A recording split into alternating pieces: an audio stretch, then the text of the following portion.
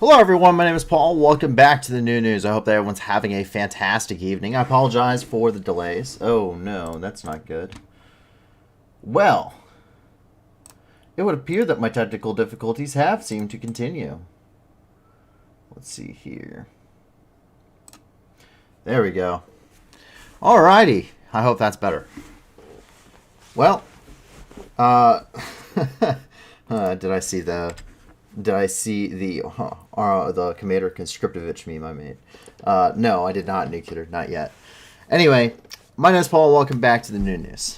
Sorry for the technical difficulties. They've been happening all night, hence why I appear to be, an hour late tonight. It was not good. OBS decided to really screw with me, and the one thing I haven't checked is the webcam. Now, as you may notice, it is Halloween, so happy Halloween to everyone at home. And while I didn't go out and Paul just got back from Australia. While I did not go out and get myself a costume, I did have some stuff lying around. So I did get back into my uniform for Halloween, which is what I am wearing now. Still, it's my Marine Corps fatigues, or for me, I call them utilities, but I shaved and I cut my hair so I could be at least semi in regs. So, but yes, this is my uniform from when I was in the Marine Corps.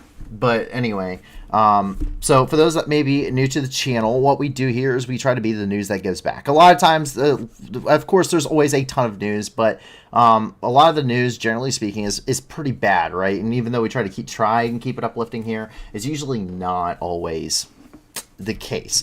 Now, part of the things we can do here is, if you've noticed by our new thumbnail, we are the news that gives back, and we truly do give back if we can. And the way that we're able to do that is through you guys. So the way that this works is there's a ton of different organizations down in the description below until we are able to actually put them directly onto our streams. And so the whole point of this is to raise money to help people that are affected by the very same crises we talk about on this news channel every single day. And so if you please go and check out all those wonderful organizations we have in the description. Please send them your due regards and give them as much help as you can. They're all 80% or more of the donations they receive all go to their programs, meaning they go to help people instead of paying for a lot of other stuff. So, Arch Instinct says it's uplifting that we gave back and signed for a signed artillery shell. Yes, it's express delivery to the Russians. They received the news before you guys did.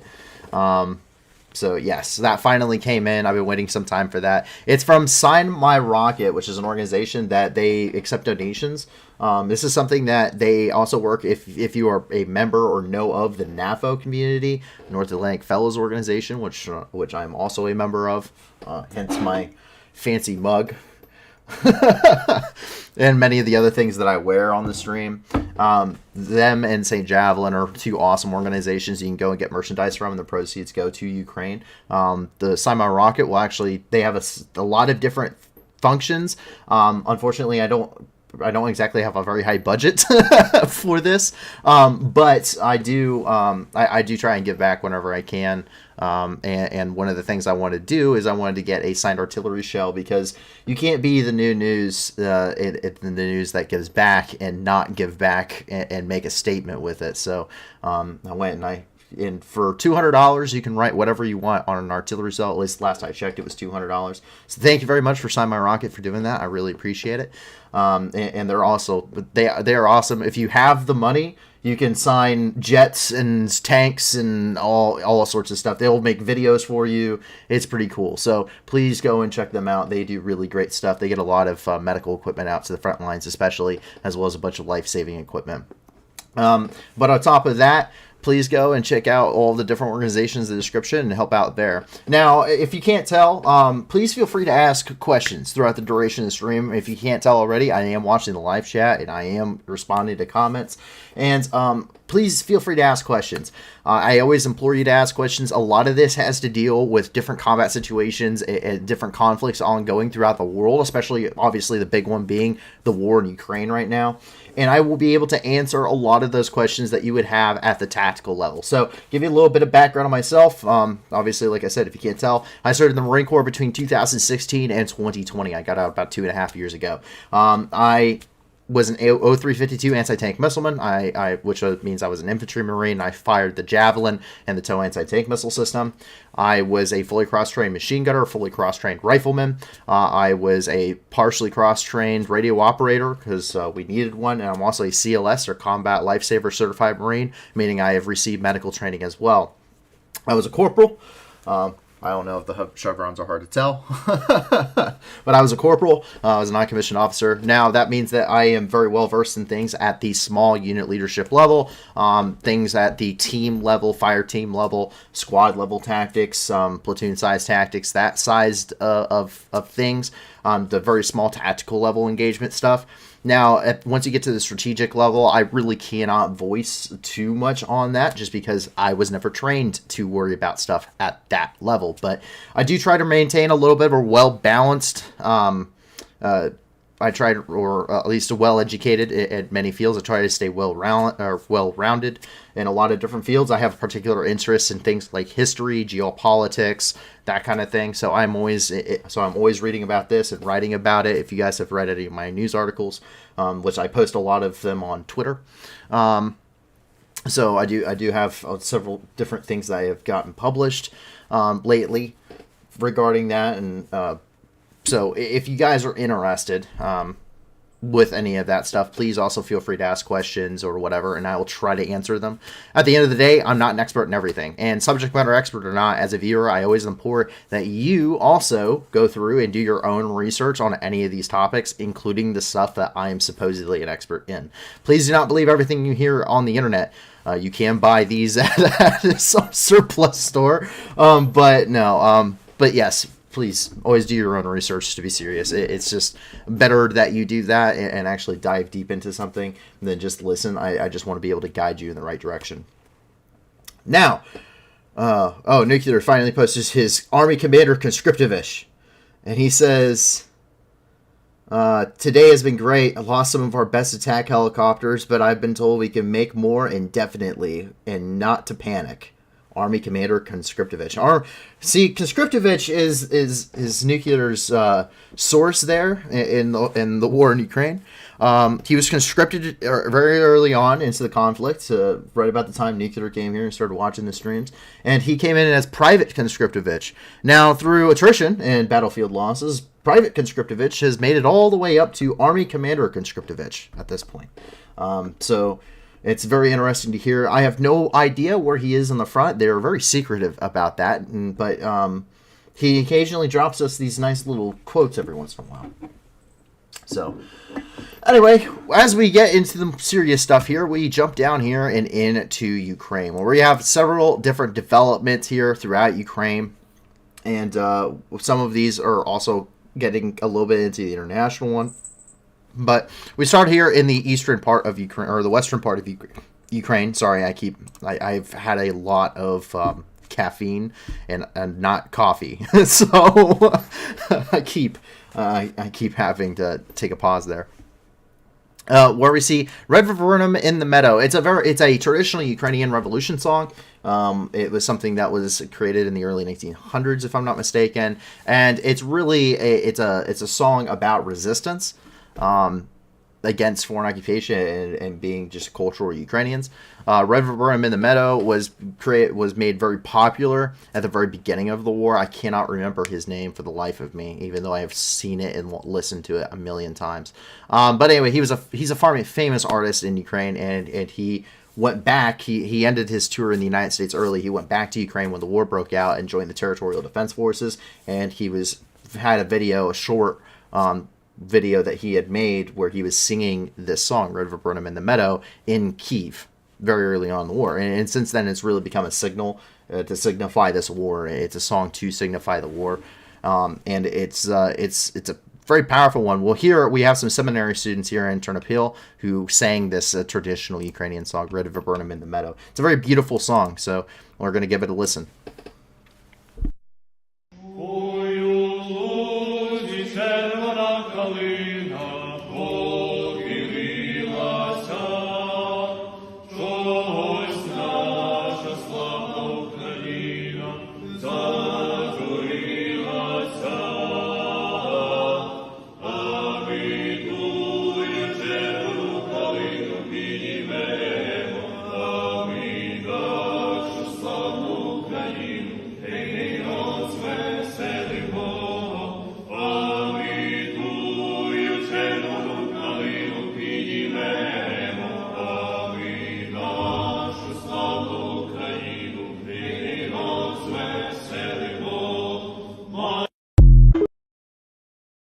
So just kind of a cool tidbit, kind of uplifting, especially considering what has happened today, which we actually start off with that over here. This is in Chernivtsi Oblast here in Ukraine. This is one that we really don't hear a whole lot about, but 8 people were injured in critical infrastructure strikes. For those that don't know, Ukraine was hit all throughout today with missile strikes. This is in retaliation for the bombing of the Black Sea Fleet, and while it was important to Sevastopol, not but a couple days ago.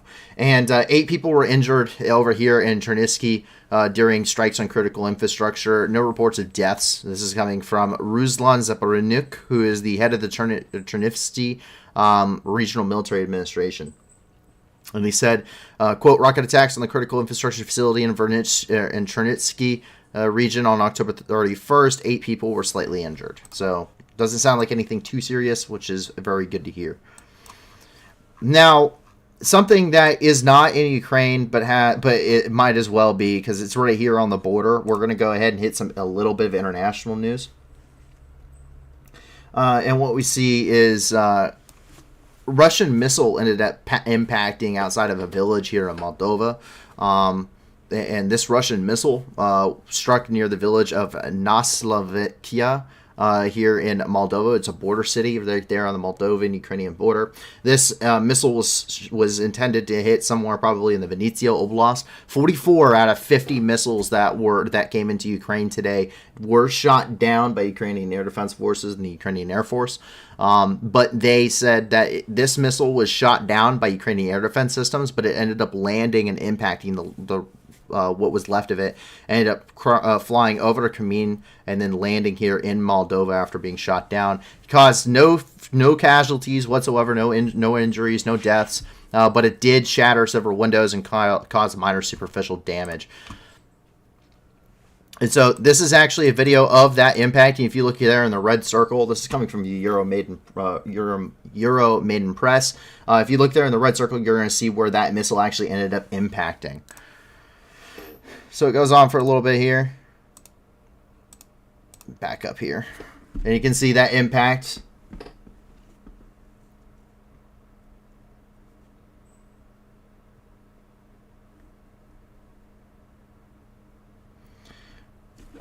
Once again, it's a relatively small village, relatively sparsely populated, but it did end up shattering some windows. And this is coming from Moldovan authorities here. They ended up posting this photo. You can see where the smoke is rising. So quite literally crossed the river, and it was in Moldova. And you can see some of these shattered windows. The smoke plumes rising there. Shattered windows on another house.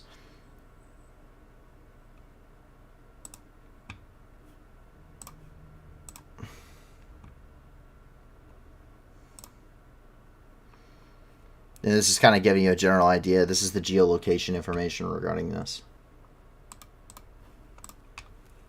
Arch Instinct says this is exactly what Poland memes were warning us about. Russian missile fragments. If they hit inside of Poland, we'd be in World War III. Yeah, Poland is foaming at the mouth to kill Russians right now. As a country. It is the fact that Poland just hasn't said, screw it and just entered Ukraine on the Ukrainian side is just amazing. Nuclear asked, where is that? This is all happening right here. It's a border city. It's called Naslavkia.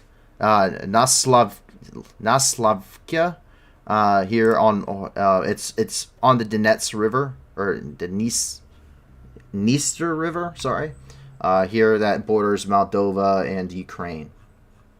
So basically, the missile would have overflown this part here and to hit something in Ukraine, which is a little bit on this northern part. Basically, the missile's path took it over parts of Moldovan territory, mostly would have been in Transnistria, and it was shot down in Ukrainian territory over here by Kremin, and it ended up landing in Moldovan territory because its flight path was taking across this little swath of Moldovan territory here.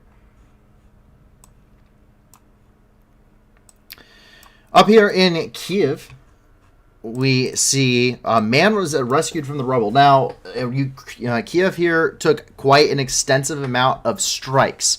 They did end up taking several missile strikes today, knocked out quite a bit of critical infrastructure.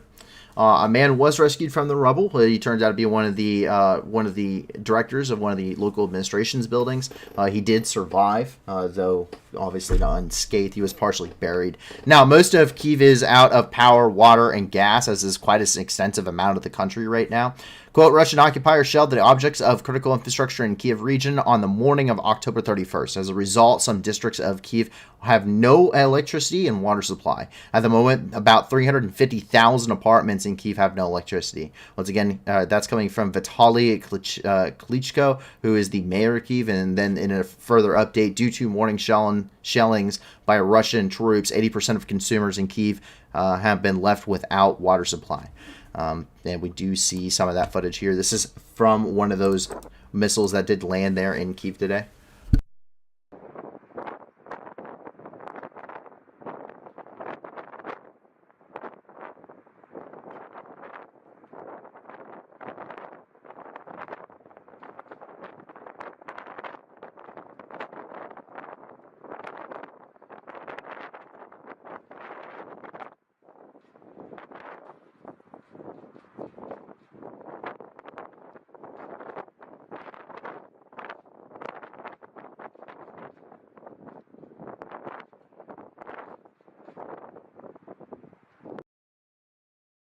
So just something so you can see the destruction there. Just a little bit of an idea of just kind of where this thing hit.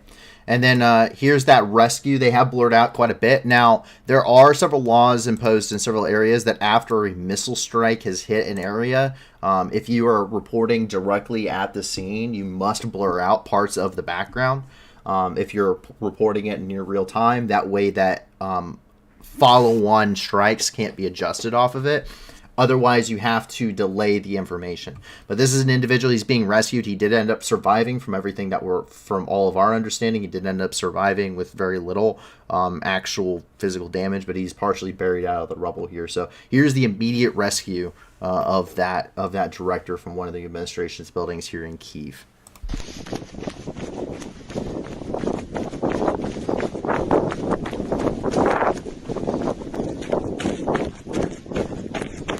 Там должен быть человек после. В центральном здании. Дядь Вась! Дядь Вась! О боже! Тихо, тихо, тихо, тихо! Давайте разгребать быстрее сюда.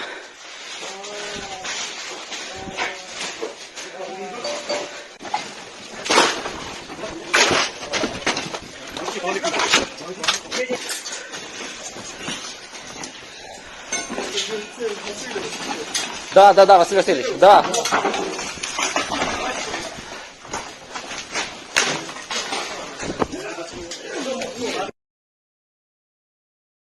So you can see there he's partially buried in the rubble. He is alive, and he is receiving medical treatment now. So he did end up surviving that, from our understanding. But yeah.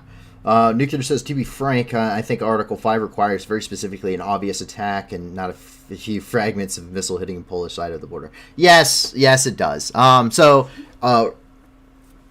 It probably wouldn't. So triggering Article 5, you actually have to go and petition to trigger Article 5. It's not like unless, it's a blatantly obvious attack, but it's not just one of those things where it's just, yeah. But yeah, Poland's as much as they would like to, Poland entering the war probably isn't going to do anyone's favor or doing anyone a favor, and that's why this war, and why they haven't at this point, because escalating the conflict's not going to improve the battlefield situation. It's probably only going to make it worse. Because by doing that, by doing perception is reality. This is something I got told in the Marine Corps all the time. Perception is reality, which is probably why everyone thought I was a shitbag, but that's okay. The point is that with what is the rhetoric coming from the Russians? The rhetoric coming from the Russians is that the part of one of the whatever wheel you want to spin for deductive reasoning as to why Russia is doing this, one of their main talking points is NATO expansionism. Now, this is something that they talked about in 2008 when they invaded Georgia. It's something they talked about in 2014 with the annexation and occupation of Crimea and the beginning and the overthrow during the Maidan Revolution. This is something that they talk about regarding the invasion now. It's something that they have talked about, building up their nuclear threats and everything else. Now, Poland, being a member of NATO, entering the war unilaterally or by triggering Article 5 for any minor thing, actually goes against helping this war. Because what ends up happening is that the Russian, now all of that rhetoric that the Russians have been pushing unilaterally using their state-run media sites and everything else, now suddenly they're proving correct, and that's the tough part. That's the really hard part, because now there's a reason.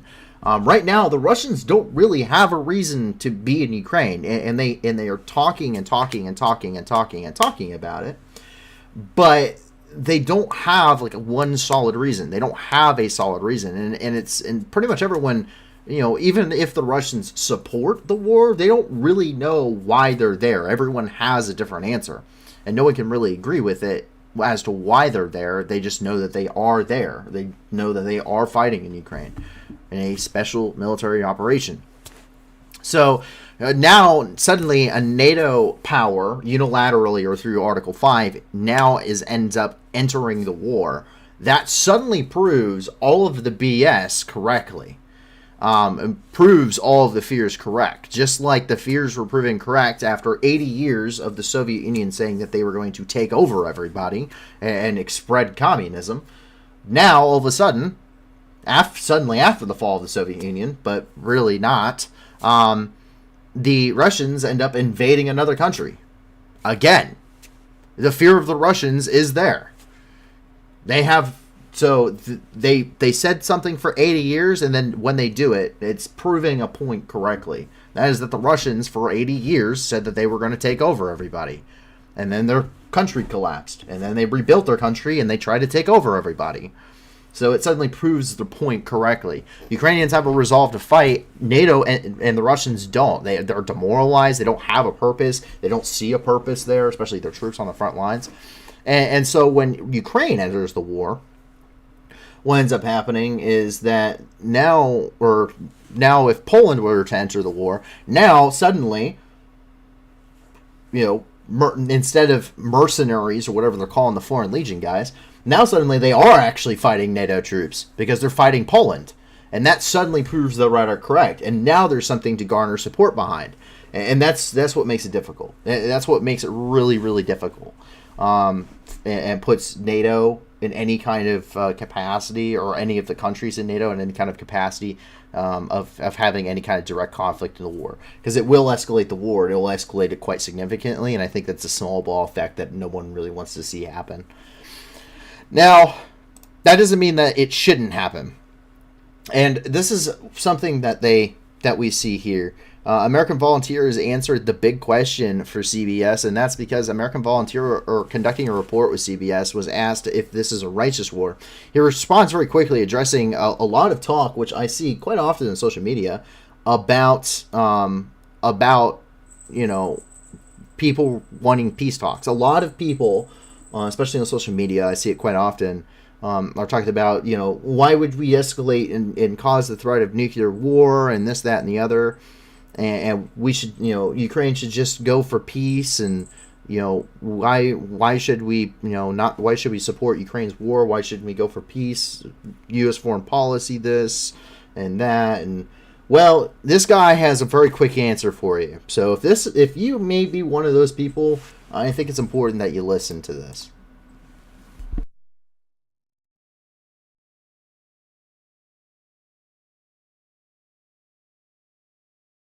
Do you still think this is a righteous war? Yes, absolutely. We're fighting pure evil. Anybody in the West that asks Ukraine to just do peace talks, they need to go through these villages. They need to see what's been done to these people. If China invaded the U.S., hypothetically, leveled Los Angeles, leveled Seattle, Portland, massacred thousands, do you think the U.S. would just sue for peace? No. That is a very quick response. He didn't have to sit there and think about it. He didn't have to do anything. No, he sat there. He just said it right out. And that's and I think that's something that I have a frustration with. Now, for those if it isn't obvious already, something I want to make clear here. We try to say apolitical. We try to say unbiased. However, with the war in Ukraine, well, there's a wonderful quote actually by Elie Wiesel that I would like to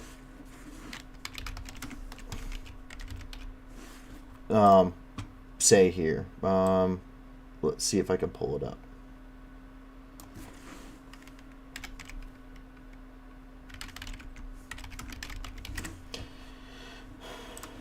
Let's pull up this quote by Elie Wiesel. Elie Wiesel, for those that don't know, survived the Holocaust. So this is Elie Wiesel, and he says, "I swore never to be silent whenever and wherever human beings endure suffering and humiliation.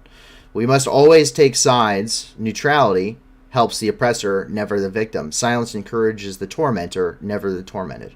Elie Wiesel. So, for those that don't know, Elie Wiesel is a Holocaust survivor. He wrote the book Night, and he also oversaw the United States Holocaust Memorial Museum, and was one of its key designers.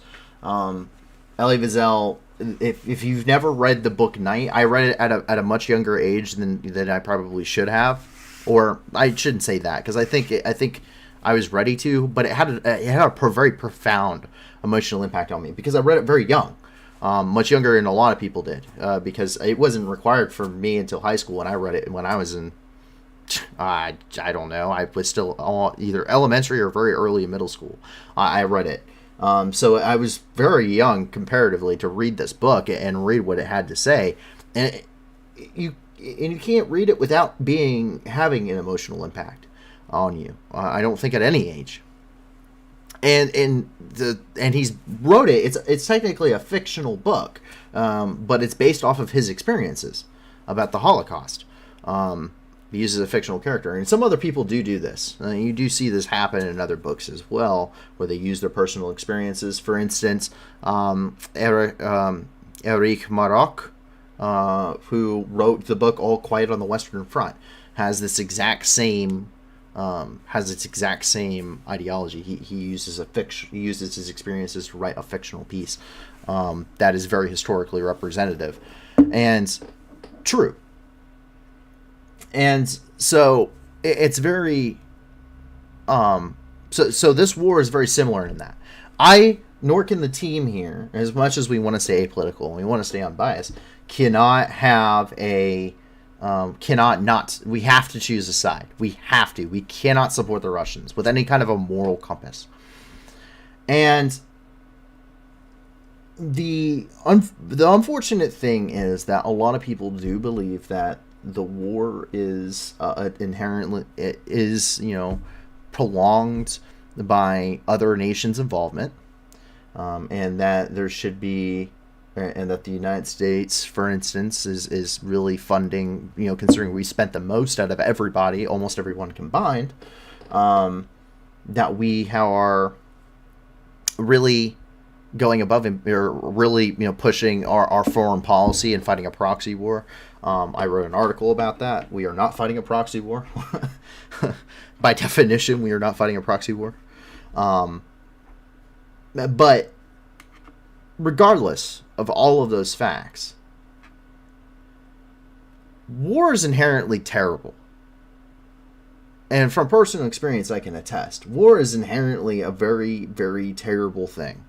That should happen never. It should never happen, period. It's absolutely abhorrent. It is unfathomable in its suffering and scope. Unless you have experienced it yourself, you will never truly understand. And I'm trying to think how to word this. But the reality of the world that we live in is that when human beings rose to power as Homo sapiens sapiens, there are about 5 other different species of Homo whatever on this planet. Neanderthals being one example. And human beings are around today and Neanderthals are not just because of natural competition, but because as human beings we committed genocide against them. It's highly theorized that we killed most whatever remnants of groups that were dying of natural causes were. We sped up the process quite significantly as human beings, as Homo sapiens sapiens. War will be fought with anything and everything. It always has and it always will be. Now, in the event that this will always happen, knowing this is by human nature, that this kind of thing will always happen, do we allow it to happen to the point where it is a genocide for imperialist ambitions? Because by legal definition, the war in Ukraine is a genocide. Do we allow the Holocaust to happen once again in Europe? That is the question. Do you, as a human being, believe that the Holocaust should just be let to happen? If the answer is yes, then continue to ask for peace.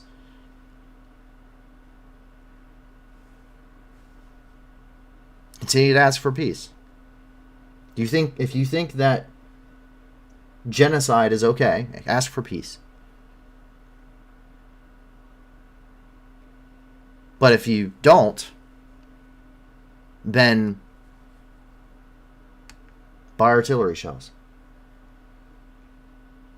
If genocide is not okay, buy artillery shells.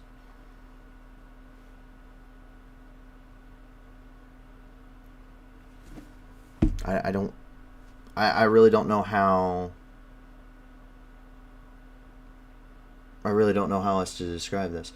Arch Instinct has a really good question on this topic. He says, "What protocols defines kidnapping of children as genocide?" The United Nations actually has this, and I have pulled that up before, and I will pull it up again because I am talking on the subject. UN definition of genocide. I really should just save this as a tab at this point. So, under genocide prevention. So, this comes from the 1949 Geneva Conventions, also known as the Genocide Conventions. And it also comes from the 1993 Rome Statute, which creates which ends up creating the International Criminal Court. So, this is the legal definition of genocide. And genocide is, so according to Article 6 of the Genocide Convention in the Rome Statute, genocide is defined in the same terms as genocide in the conventions in the Rome Statute of the International Criminal Court, Article 6, as well as statutes in international and hybrid jurisdictions. Many states have also criminalized genocide in their domestic laws. Others have yet to do so. And they say Convention on the Prevention of and Punishment of the Crime of Genocide, Article 2. In the present convention, genocide means any of the following acts committed with intent to destroy in whole or in part a national, ethnical, racial, or religious group as such. Now, keep in mind, we were talking about the destruction in whole or in part of a national group, Ukrainians. Anyway, continuing, it's as such, A, killing members of the group, that's a big check mark, causing serious bodily harm, bodily or mental harm to members of the group, that's a check mark. Deliberately inflicting on the group conditions of life calculated to bring about its physical destruction in whole or in part. Denial of humanitarian aid under the 1949 Geneva Convention is a war crime and a crime against humanity. The United Nations has yet to actually go into occupied territory, according to the director of the United Nations mission to Ukraine. She has clearly stated that. I believe her name is Denise Brown. She has clearly stated that. She has never had a single convoy be able to provide humanitarian aid to any of the regions inside of Russian-controlled occupied territory. So denial of humanitarian aid is, in fact, deliberately inflicting on the group conditions of life calculated to bring about its physical destruction in whole or in part. People can't eat because they're not getting humanitarian aid, they're not getting water, they're not getting blankets to keep warm, considering winter is coming. If they're knocking out civilian infrastructure, primarily civilian infrastructure, because under Protocol 1 of the Geneva Conventions, military targets or infrastructural targets, which are primarily used by civilians, are not considered valid military targets. They're considered civilian infrastructure, whereas targets such as the power station next to a military base, the primary usage of that power station is the military base. Therefore, that defines it as a primary military target. If its main purpose in life is to serve the civilian populace and not the military, it must be considered a civilian target. Therefore, you cannot strike it.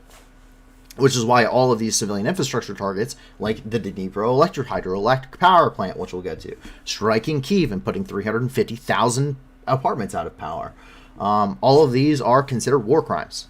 Even though they are considered in many ways, or you would think they would be considered in many ways, a critical civilian infrastructure target, they're not. Whereas the Crimean Bridge, aka the Kerch Bridge, was built on top of occupied territory, not recognized by the international community, and it also served a primary purpose of being used to transport military equipment from Russia into Ukraine, and did not primarily serve as a civilian infrastructure as declared built. No, it was primarily being used to transport military equipment, usually by rail, which we have reported here numerous times, from Russia into Crimea, and then further on into the Kherson and Zaporizhzhia Oblast. So, anyway, continuing. Imposing measures intended to prevent births within the group. We've seen castration videos of POWs being castrated. That's prevention of becoming, of being able to father children. We've seen where they have bombed maternity hospitals. The World Health Organization has identified well over 100 different medical facilities that have specifically been targeted, leading to over 100 people being killed. That is prevention of birth. Preventing people the ability to safely give birth in a medical facility, to the point that the United Nations has had to create mobile clinics specifically for the purpose of maternity, to be able to give a safe place to give birth, so that way the likelihood of the death of the mother or child or both is considered. So we do know that is happening. That would be imposing measures intended to prevent births within the group. Likewise, the beatings, systematic rape, torture, that kind of thing could also be grouped into that, specifically when it's against violence against women and children. And forcibly transferring children of the group to another group is the one that Arch Instinct is referring to. That is considered part of the definition of genocide, and we'll get to that here in a second. But a very large number of Ukrainian children have been forcibly taken from Ukraine and transferred to Russia, which is a crime against humanity, and it is considered part of genocide. So we have check marks on all five of these, and this is not legal speak. This is not legal speak. This is not complicated English. And if you don't want it in English, it's the United Nations. You can get it in every other major language. If that is not your first language, you can get it in about every other single one. This is not legal speak. This is not complicated, because genocide should be easily understandable by every single human being as to what it is and how to identify it. This is public knowledge. It's written simply so that way it isn't hard to understand. When things are written like this, it's for a reason. laws and statements and things are read to be understandable to a certain degree for a reason.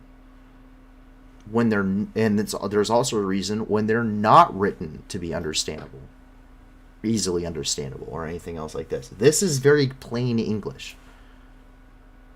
You're intending to destroy a group in whole or in part of people by killing them, causing serious harm to them, making sure that they have conditions to no longer survive, keeping them from giving birth and repopulating, and transferring their children from one group to another, from their group to a different group, so that way they do not grow up in the culture, race, or ethnicity that they are from, or religion. So that it's not hard to understand. It's not meant to be, which is why I can very clearly state, being no lawyer, understanding not a whole lot about international law, not being professional in international law, not having had to study it in school or anything else. No, I don't have to. It's public knowledge, and it's very clear about what this is and why it is, what it takes to get to this point, which is why I am very passionate about this topic, and why I talk about it so much, and why I'm willing to openly declare it. And I think it's important for people to understand that, and understand what's at stake here too. I think that's important to understand just exactly what's happening and what's at stake. So I'm sorry for going off on that tangent and getting maybe a little bit more worked up than usual, but that is the case here. Now, in a little bit of later news, Mykolaiv Marines ended up returning home. Marines from Mykolaiv who surrendered at the Battle of Mariupol have officially been exchanged back and are now receiving medical treatment and support here in Ukraine. So they are looking rather frail, of course. We do know that most of them spent time in what we would essentially call concentration camps, or they're called filtration centers. But this is coming from the Verkhovna Rada, which is the Ukrainian parliament. Yeah, I cannot imagine what these guys have had to endure to get back home. But it's very good to see that they are back home with their families. The First Lady of Ukraine, Olena Zelenska, ended up attending UNICEF's Ukraine strategic session today within the framework of the mental health program. Attendees discussed the creation of comprehensive children's mental health care system in Ukraine in order to make mental health assistance available to children in every aspect of the society. And this is extremely important. This war has a very big, profound impact on children, especially. Children are like sponges. They soak everything up at a very young age. And so this war and what they have seen, and a lot of it is direct. They've seen their family being killed a lot of times in front of them. They've been forced to witness rape and torture and things like that. They have had that happen against them. They have been tortured. They have been raped. They have been attacked. They have suffered from shelling. They have been, in some cases, orphaned. They've been under constant bombardment.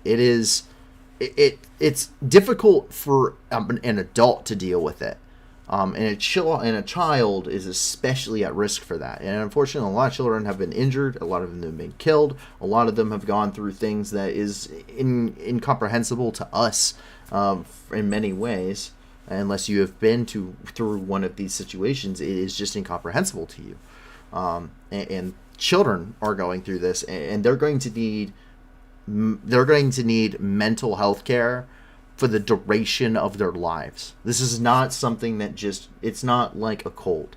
It's not like a bullet wound or a shrapnel wound or something. No, those heal. Physical wounds heal. Mental wounds never heal. They never heal. They get a little bit better over time, but they will never truly heal. This is something that every child in Ukraine will carry with them for the rest of their lives. They have been separated from their friends. They have been separated from their families. They have seen their families killed. They have had unspeakable things done to them. They have seen very unspeakable things. And so this is a very important topic that needs to be talked about now. Oh, it should have been talked about yesterday. but at least we're talking about it today. We do see Elena Zelenska up here talking about this. The Elena Zelenska Foundation has been working towards these kind of goals. This is really what the Elena Zelenska Foundation is about, is coming up with these programs. That's really her role. That's the role that she has stepped into as First Lady of Ukraine, is creating programs and services to help with children and the wounded and things like that, to give these programs for people throughout Ukraine to help continue, to help give them support services, to help them into the long and far future. And that's really what she is spearheading with the Elena Zelenska Foundation and a lot of the other work that she's been doing, which is fantastic. It's absolutely fantastic to see it. And I think a lot more is definitely needed, but these things take time, and I understand that too. But it's a very big step in the right direction, and especially with UNICEF. UNICEF is the United Nations basically International Children's Fund, so they do spearhead that kind of stuff as well on the global stage. Speaking of deportation of children, we do get that update. This is coming from Andriy Kostin, who's the Prosecutor General of Ukraine. He says, quote, as of October 31st, Russian aggressors have forcibly deported about 9,000 Ukrainian children to the Russian Federation. 9,000.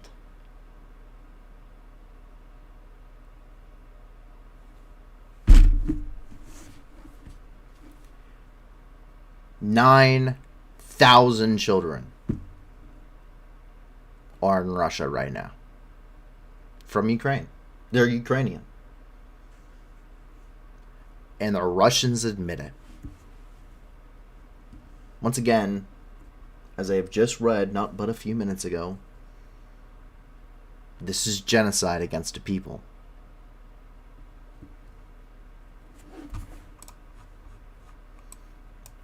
It's not ethnic cleansing. It's not crime. It's not just ethnic cleansing. It's not just crimes against humanity. It is genocide by definition.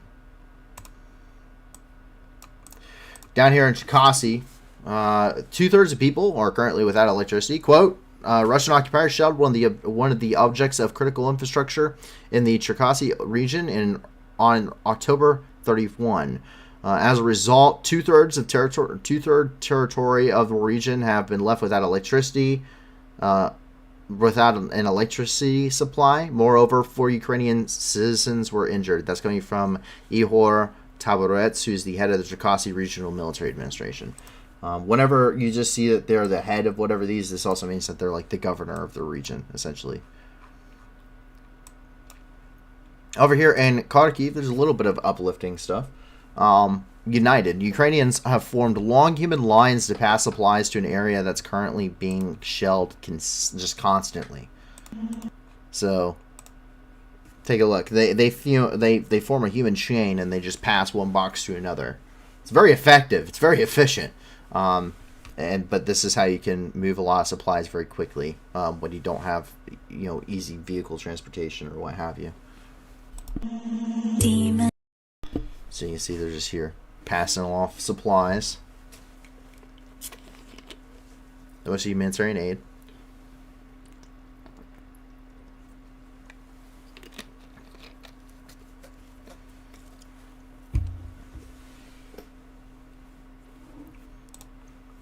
Bookham 40 says EU say that they are sending equipment to repair damage. Yeah, a lot of countries are. A lot of countries are saying that they are going to send stuff. Japan has said it, I believe. Korea, Taiwan, most of Europe. Anyone who's not pro-Russian in Europe, essentially. So everyone but Serbia and Belarus really has said that they would send stuff to help with rebuilding Ukraine. It'd be a lot easier. It'd be a lot easier, though, if we just didn't have to rebuild Ukraine. They'd be a lot easier to just not have to do it in the first place. But it's good to see that a lot of countries are stepping up into that role. I don't think we hit a lot of that today, just because this is so early that a lot of announcements haven't quite come out yet. So that will probably be a lot more on Wednesday. as to what we talk about internationally about sending that kind of equipment. 9 settlements are liberated in the Luhansk Oblast, according to Sergei Haidai, who is the head of the Luhansk Regional Military Administration and the governor. Arch Instinct says you're forgetting Hungary. Hungary government is pro-Russian. You know, I just forget about Hungary existing in the first place, so I apologize. And the government is definitely pro-Russian. I wouldn't say Hungarians are pro-Russian. But Hungary's government is no longer considered a full democracy either, so I'm not exactly a fan. I'm not saying democracy is perfect in any way, shape, or form. Hell, I'm not even saying it's not. You know, it doesn't have its really big downfalls. I'm just saying that it's a lot better than totalitarianism because we've seen how that works out. A lot. And usually a lot of people die because of it. Ukrainian forces have successfully repelled Russians' attempt of a counteroffensive near Crimea and Svatove. Russian troops shelled the village of Nevsky as Ukrainian authorities attempted to evacuate civilians. Haidai says, quote, as of today, 9 settlements have been deoccupied, and I hope that our defenders will increase this figure every week. We are ready, and we are ready to work. All of the heads of the city and regional military administrations have long wanted to return and work, he noted. It's coming from the Kiev Independent.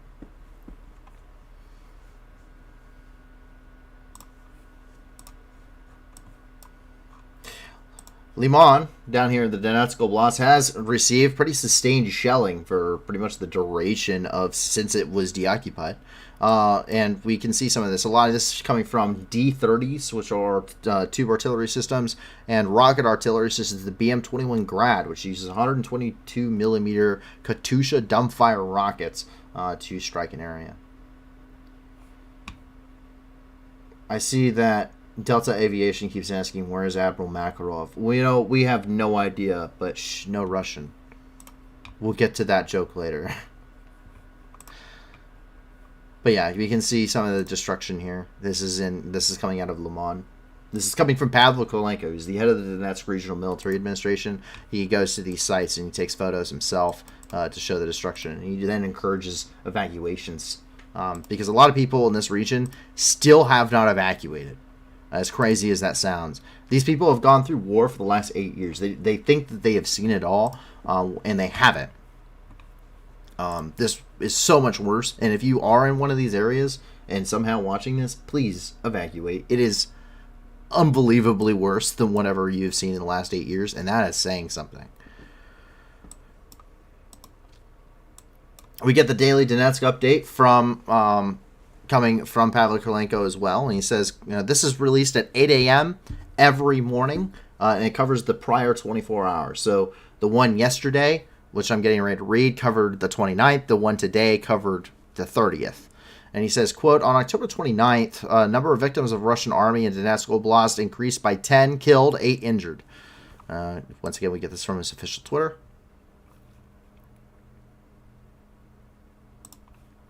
And then today he says, quote, on October 30th, number of victims of Russian army in Donetsk Oblast increased by 5 killed, 2 injured.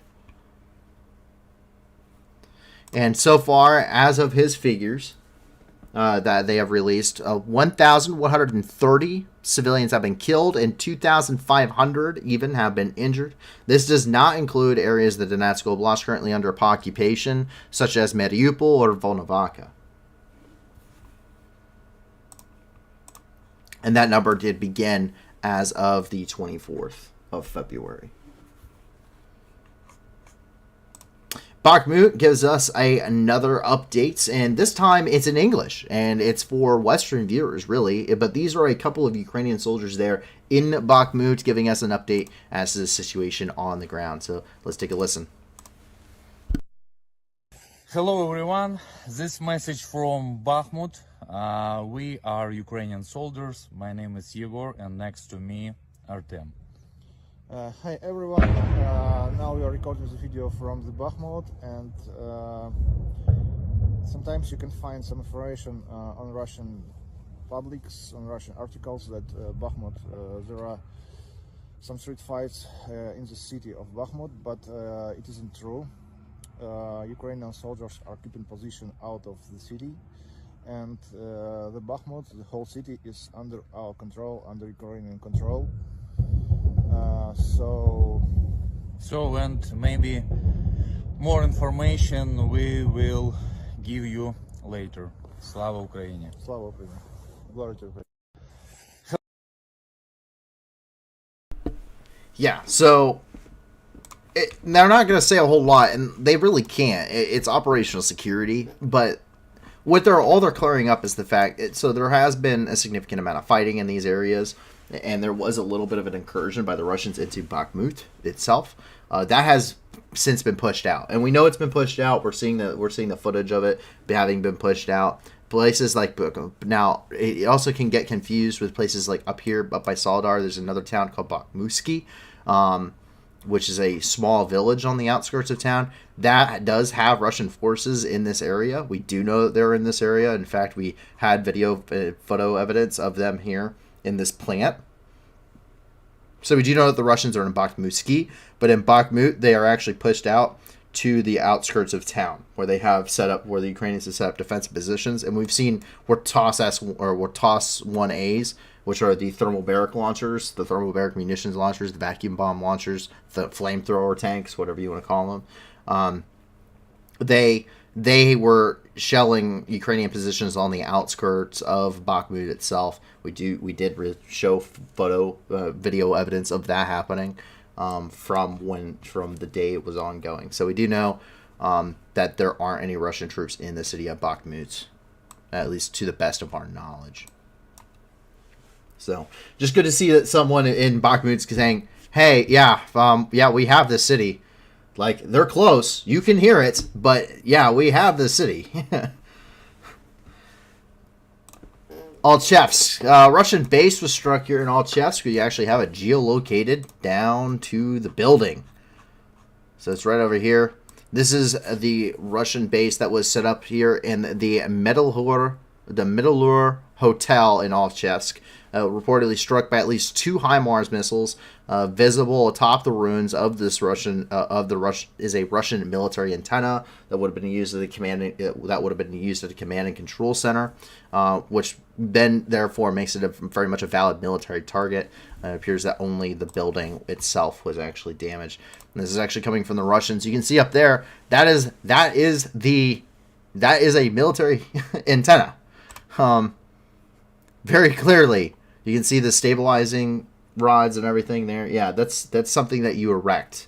We have antennas that we also erect in the field. I've had to help them with it. But yes, so this is reportedly being used as a Russian barracks and a Russian headquarters and base. So that was successfully struck. Reportedly took 2 direct hits with a HIMAR missile.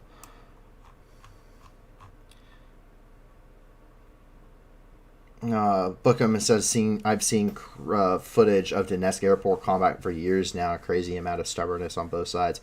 It's not really stubbornness. It's more of they're now in very, very well entrenched positions on both sides. Think of it like Flanders, but it's not that both generals are just sending like wave after wave after wave of troops in these wave style attacks anymore.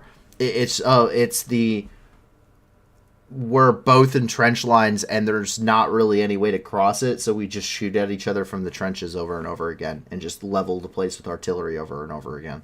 The Donetsk International Airport is just totally destroyed. It is totally destroyed. It's insane to think about. Just how much firepower has been leveled onto, and it's not cratered. It's not cratered. That's something else that just strikes me. Is this airport? This airport. No one has cratered the runway. Truly, like there's some damage to it, but you look at these buildings and they're just absolutely just trashed. These things are just destroyed beyond comprehension. But the runway itself, for considering 8 years of continuous bombardment by both sides, this thing's in relatively good shape. Awkwardly enough, it's in relatively good shape. So, I used to be able to find Russian trench lines on here. I don't know if I can anymore, but you could find the trench lines on this map because they have been there for so long. They have set up these trenches for so long. But there's entire villages that are just absolutely just destroyed. You see the shelling that struck this area and trashed it. There's entire places where the villages and the buildings are just like wiped off the face of the earth. But yeah, it's pretty crazy. So here you go. This is a beauty. This is an absolute beauty. So I have never this is a Russian Mi-8 helicopter, and it got struck with a MANPAD, which is a man-portable air defense system. The Stinger missile, the Egla, the Strela, all of those are the Starstreak. Those are MANPADs, and we see here it wasn't immediately downed, but where the missile struck, one of two things either happened. Either it incapacitated the crew, or it knocked out their basically the electrical and hydraulic connections in the aircraft, making it no longer respond to control inputs, which is possible, especially with something like that. It'd shred the aircraft. This thing's basically shred more than anything. And what this thing ends up doing is it now sparks a fire, and the downdraft from the helicopter, as it's forcing all this air down from the main propellers, it's fueling all this air into the fire, and it forces this fire to swell up front.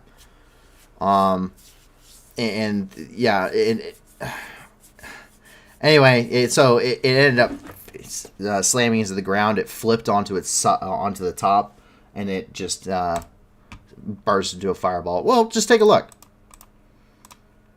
I believe this is from the 54th Mechanized Brigade. I believe is the ones who shot this down. Yeah. So this is an Mi-8 helicopter. They got it on drone footage.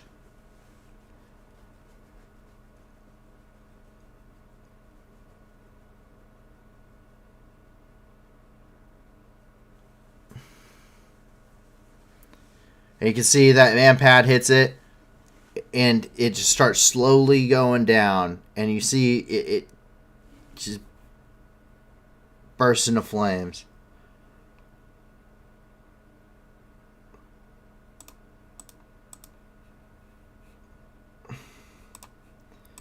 Let's see here.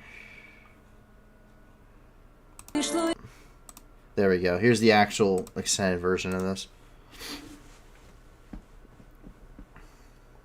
It does have copyright music, so I apologize.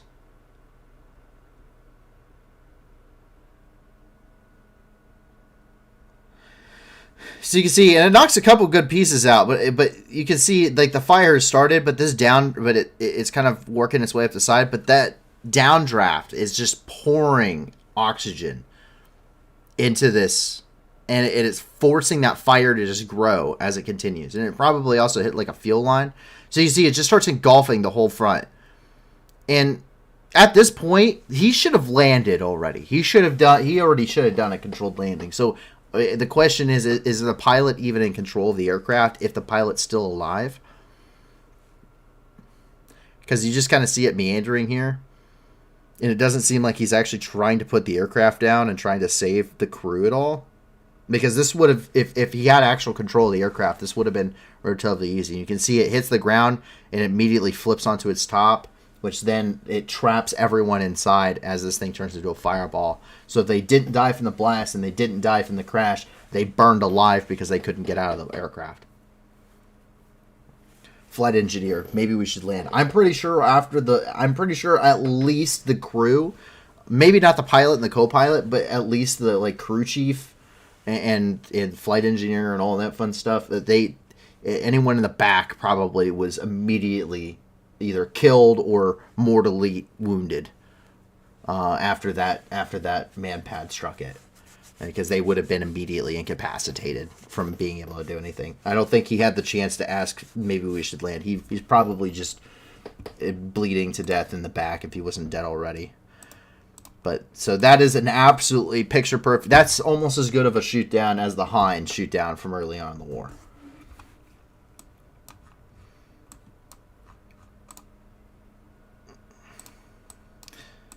Move over here. Sorry, I had a duplicate there. I apologize.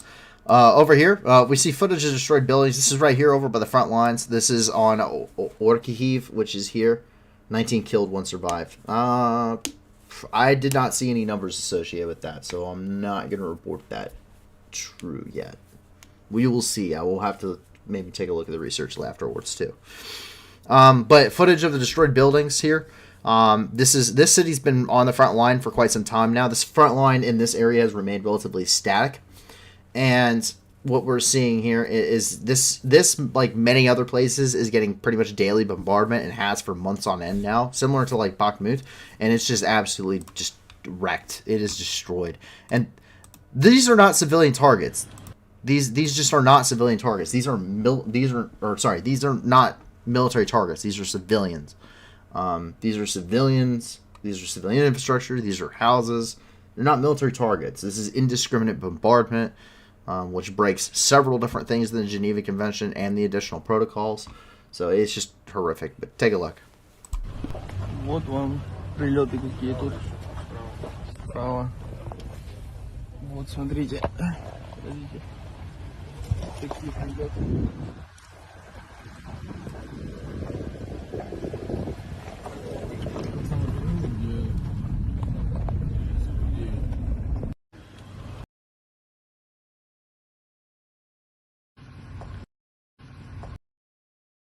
Это какой переулок, Марк?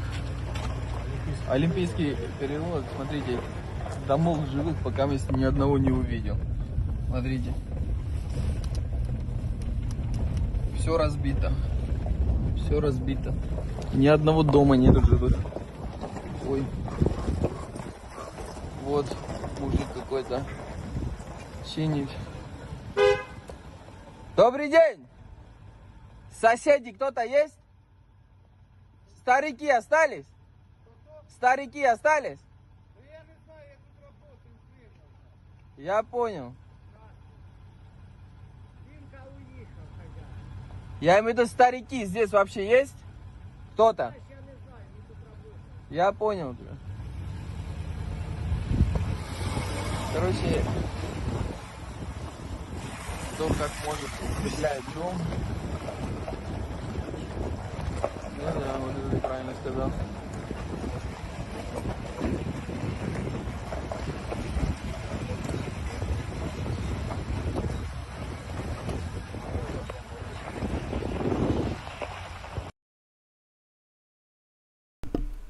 So yeah, I mean, it's just immense amount of destruction. Now, a pretty kind of funny comment, but a question came in, and it comes from Delta Aviation 23, who asked, will Russia have an air force after the war? That's really up to the Russians. But the Russians have seen significant losses in their air force, especially amongst things that they had limited quantities of, like the Ka-52. They have a lot of older aircraft, but part of the issue for the Russians is maintenance. This is something that people like to bring up the numbers game, and I like to play the numbers game too, which is really unfortunate to anyone who likes to play the numbers game, because I also like to research this stuff. Because I research it every night for the stream, or for whenever we're researching for this stuff, and also for news articles and stuff that I'm writing. And the Russians have a very limited budget for their military. They have a very limited budget for their military. So to give you an instance, so let's see, FY21. That's a good one. FY21, fiscal year 21, Russia defense budget. Google, it's an amazing thing. Let's see.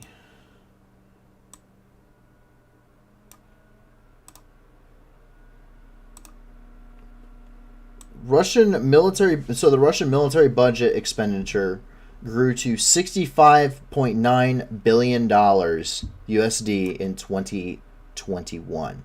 And that's 4.1% of their GDP. The Americans U.S. defense budget 2021. So the United States, however, spent $732 billion. Sorry, $705.4 billion was the budget request for the fiscal year of 2021. So, the Russians have, numerically, generally speaking, they have quite a lot of aircraft, numerically speaking. But money talks, and it's 30 years since the fall of the Soviet Union. Most of their industry is not military industry anymore. And many things degrade over time, and they're not spending a lot of money to conduct maintenance. They don't have a lot of they just don't have a lot of money. And the same thing goes for the US budget. The US budget for our nuclear missiles alone is on our nuclear systems alone is almost as much as like a quarter of the Russian defense budget. Period. And we're spending that much on just the nuclear arsenal, which is why I'm not particularly scared of the nuclear arsenal for the Russians, even though they have hypersonic missiles and like 15 types of ballistic missiles. Because one, why would you make so many variants of nuclear warheads if you weren't intending to use them at any point in time? That just shows that you intend to use some kind of nuclear weapon at some point in time. And secondly, you don't have the budget to maintain them, so they're more likely to blow up in the silos than to actually go and hit a target. And the same thing goes with the Russian military, and you see this in person with the war. If you can't take care of the small things, the big things aren't going to take care of themselves. But we've had Russian jets crash many times due to mechanical failure. We've seen Russian tanks. They're not exactly upkept very well. We've seen them break down all the time. We see poor training. We see terrible reserves of munitions. We've seen, and that goes for anything else. I mean, look at some of the AKs being handed to conscripts. These things are so rusted, they're broken, that they are not serviceable. They're just not. That you can't do anything with them. Logistical capacity is terrible for the Russians. They can't resupply their communication. Most of the time they're using unencrypted networks, so it's very easy to listen into. And so the Russians already have an issue where numerically on paper that they have some kind of superiority on paper, but in reality that superiority is negated because the majority of their air fleet is being used to cannibalize parts to get what aircraft they can working right now. I mean, their air fleets are cannibalizing themselves right now, just to keep their jets in the air, because they need them. And what jets they are getting in the air are getting shot down. So it runs into this point where the Russians are using their jets, and they're losing jets, and they can't replace the jets because the jets they replaced them in, they pulled out the engine so that the one jet they lost could fly. So that's kind of what you're running into right now. And like I said, the numbers talk, and those numbers don't include the immense amount of corruption is within the Russian government. So God knows how much of that $69 billion was skimmed, right? Billions of dollars were skimmed off of that. So really, you could probably guess and say that the Russian defense budget that actually went to the military is probably anywhere from 30 to 40 something million dollars or $1 billion instead of 60 billion, almost 70. So that's why. That's why you're looking at that kind of numbers game. And Delta Aviation follows that up with how is the Ukrainian military in better shape than the Russian military, even though they have a smaller budget. It's how sometimes it's like every tool, right? It's about how you use it. So the Ukrainians got support too. You have to remember that Ukrainians do get support. I have friends that went to Ukraine before the war broke out, and they went and they trained Ukrainians on how to use the Javelin and stuff like that. So, that was in place, and they have been getting support, and they've been getting training, and that's why they're in partially better shape. They're in a lot better shape than they used to be. And this war has definitely changed that quite significantly. They're getting a lot of stuff and equipment that they wouldn't have normally received if the war had never broken out. At least that wouldn't have been an immediate concern for anybody, right? So that's part of it. The equipment they're receiving is part of it. The training they're receiving prior to getting this equipment, because you got to know how to use it when you get it, is very important. So that's a huge factor. And Ukrainian will to fight is actually a really big factor, because the Russians, when they started the war, they thought they were going on a training exercise in Belarus. And then they got to Ukraine and everyone was telling them to fill their pockets or go die in a hole. Like, and they thought that they were friends with the Ukrainians, and then they're suddenly invading their country. Like, that is demoralizing in and of itself. And then all your friends suddenly get killed by the Ukrainians.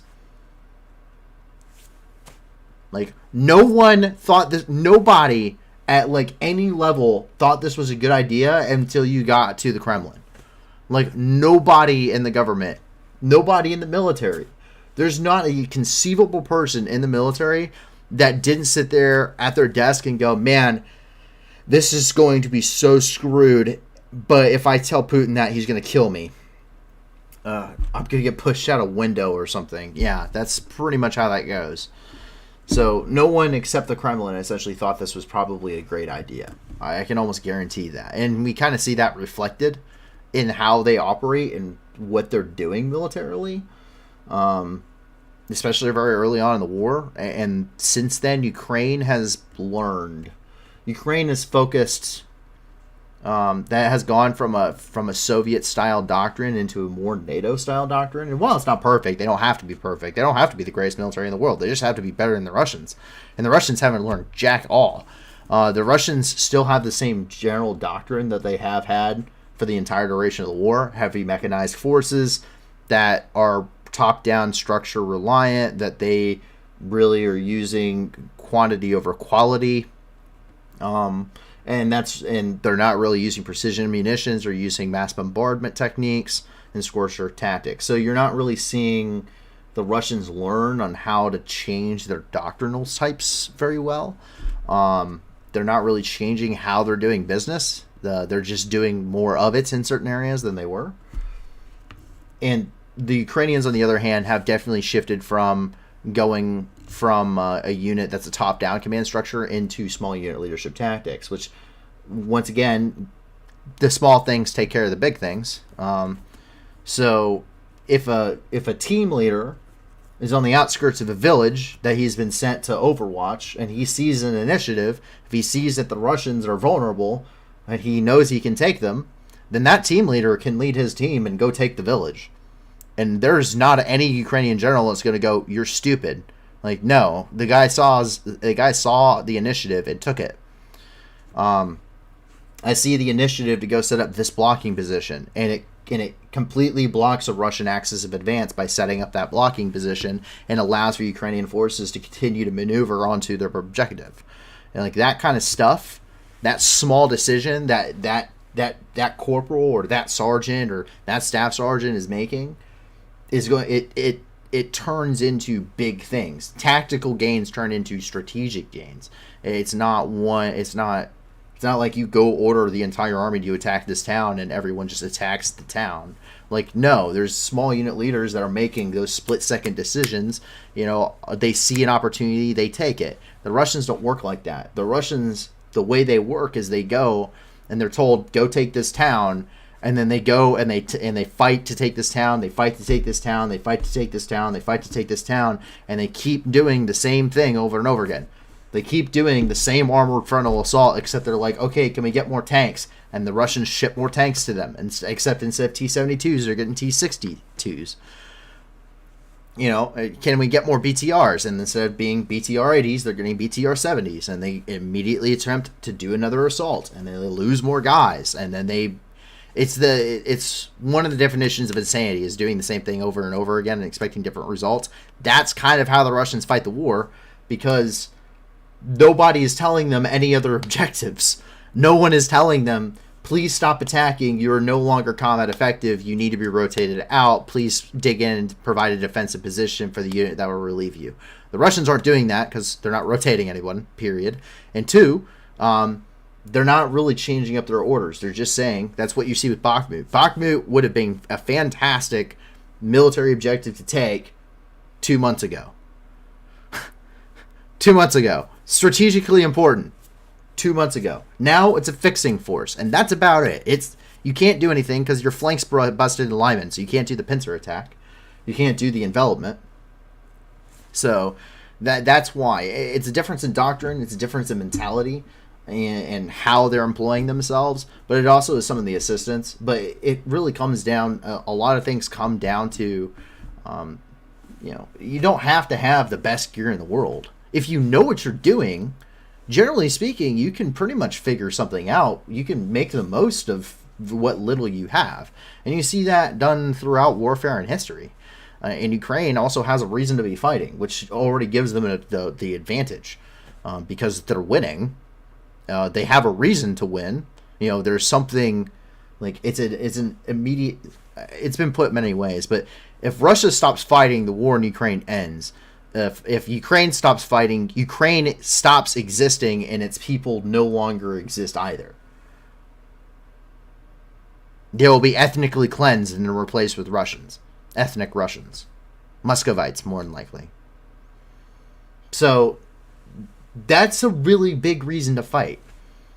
Those troops, everyone knows someone personally whose family have been, affected by this. Everyone's family has been affected by this.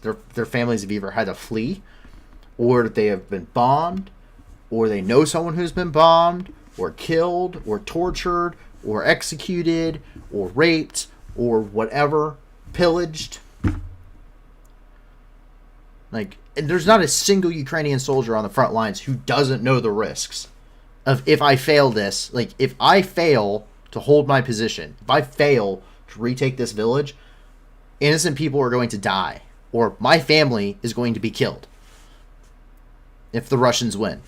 That is the mentality on the front lines, and that is what they're fighting for. You wouldn't give up either. You would rather fight to the death. And that's what we're seeing.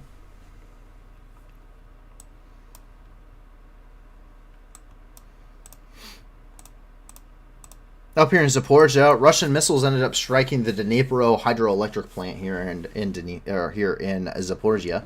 And this is all happening in response to the attack of the Black Sea Fleet in Sevastopol. At least one target, the Dnipro hydroelectric dam, was successful. They're already striking critical infrastructure targets across Ukraine. So this is coming from the Dnipro hydroelectric power plant.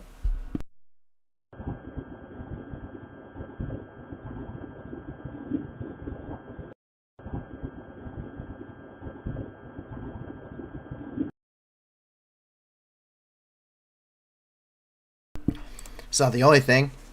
Landmine ended up cutting power to the Zaporizhia nuclear power plant, specifically reactor number 4.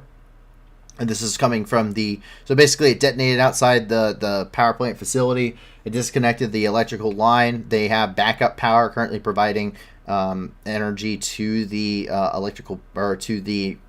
reactor to prevent it from melting down. But coming from the International Atomic Energy Agency, yesterday a landmine explosion outside Zaporizhia nuclear power plant's perimeter cut the main power supply connection to reactor unit 4. It is now receiving electricity for essential safety and security functions from a backup line to a nearby thermal power plant. Just across the Dnipro River, Russia ended up striking Nikopol once again. Russians, mostly the munitions that are landing in residential areas, of course. This is coming from the Ukrainian Ministry of Internal Affairs. They are recording some of the damage and they're currently conducting ongoing investigations.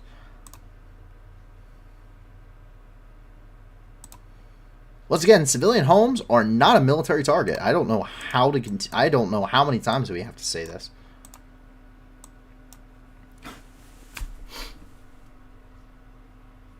Squish goes to the Russian. My version of Pop goes to the Weasel. So this is a Russian BTR. So they're attempting to regroup in another part of the Kherson region here.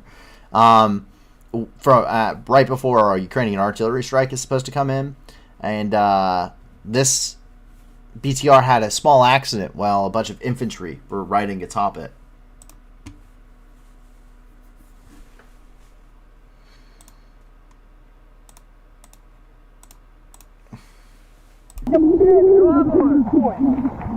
Так, на БТС, где? Бегом, Иваны! Забирай! Все, ты тоже там танк. Ваш на танк тоже будет. Да? Да. Это я не понял, там нихуя. Давайте, пацаны, ваши на танке тоже уезжают. Что, блядь? Где костер?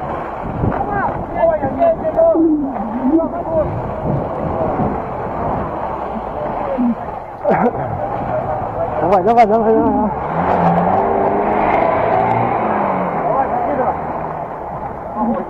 Прям так, на. Где костер, блядь? Все, нормально, братан, все? Нормально? Я не слышу!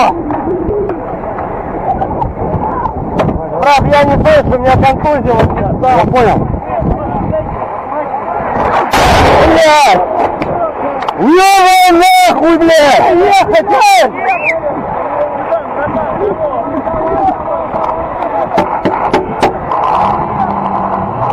Держи, рюкзак!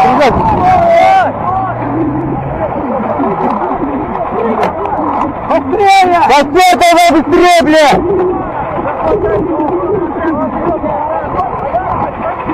Быстрее давай, костер! Варим, блядь! Стой! Варим, быстрее, блядь! Быстрее, Тома! Стой!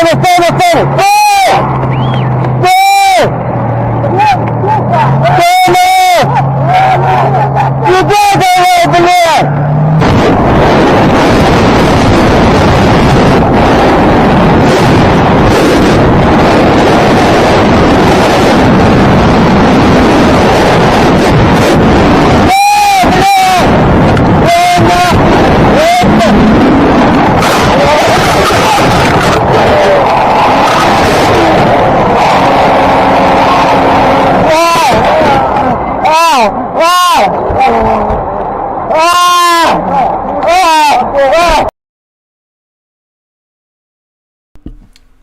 So he obviously survived, but that's a really bad day. I don't know if you couldn't tell. Now, to give you an idea, that's kind of, I said it's a BTR. It's kind of like a, now I've actually watched the video kind of a little bit closer. It looks like it's actually a MRAP, pretty much, almost. Anyway, so to give you an idea, an MRAP weighs, about 60,000 pounds. In some cases. Like, pretty heavy. So, pretty much think about that landing on top of you. I'm gonna guess and say probably about half the people on that were riding on top of that are probably dead. Like a solid 50%. Solid 50%. Because it would have crushed them and killed them instantly. The fact that he's not dead in and of itself is a miracle. Now, he's probably crushed underneath the vehicle when I don't know what happens after that. But that's usually generally not survivable. And in the Marine Corps, unfortunately, and I know in other service branches too, I know the Army has a huge issue with this. Unfortunately, there are a lot of vehicle accidents. And there are a lot of rollovers. And unfortunately, a lot of people get killed and a lot of people get hurt. Because of it. Most people that get killed in the military happen because of things like rollover accidents. Not really combat anymore. It's mostly rollover accidents and accidents that happen around bases and stuff. It's, it's dangerous work inherently anyway, especially when you're doing training and stuff in these really rocky terrains like where I was at in 29 Palms. But it's just not...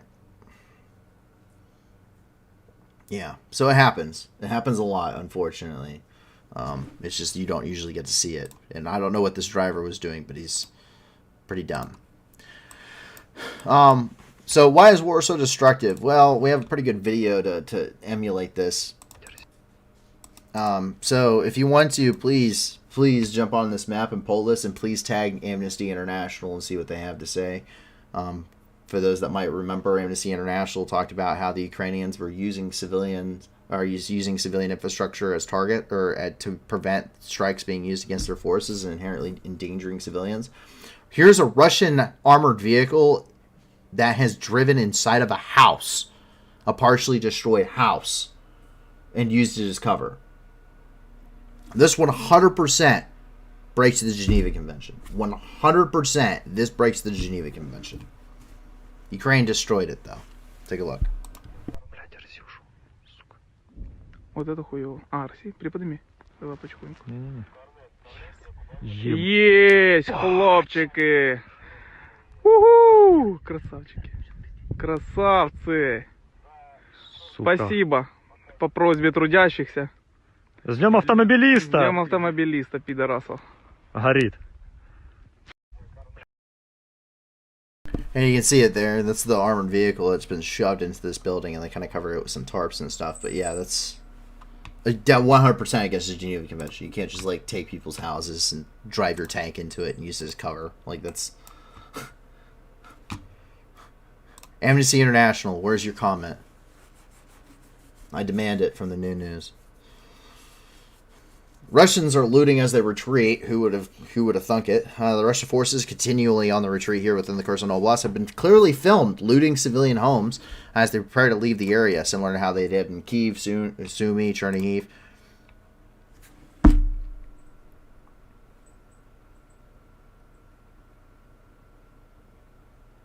Pillaging is a war crime. 1949 Geneva Conventions.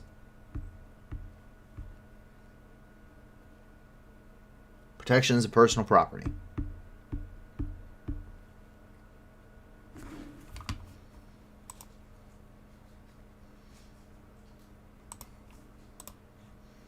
I'd love to hear the Russians say that the Ukrainians staged that one too, considering that Ukraine doesn't even have any. They aren't even here yet.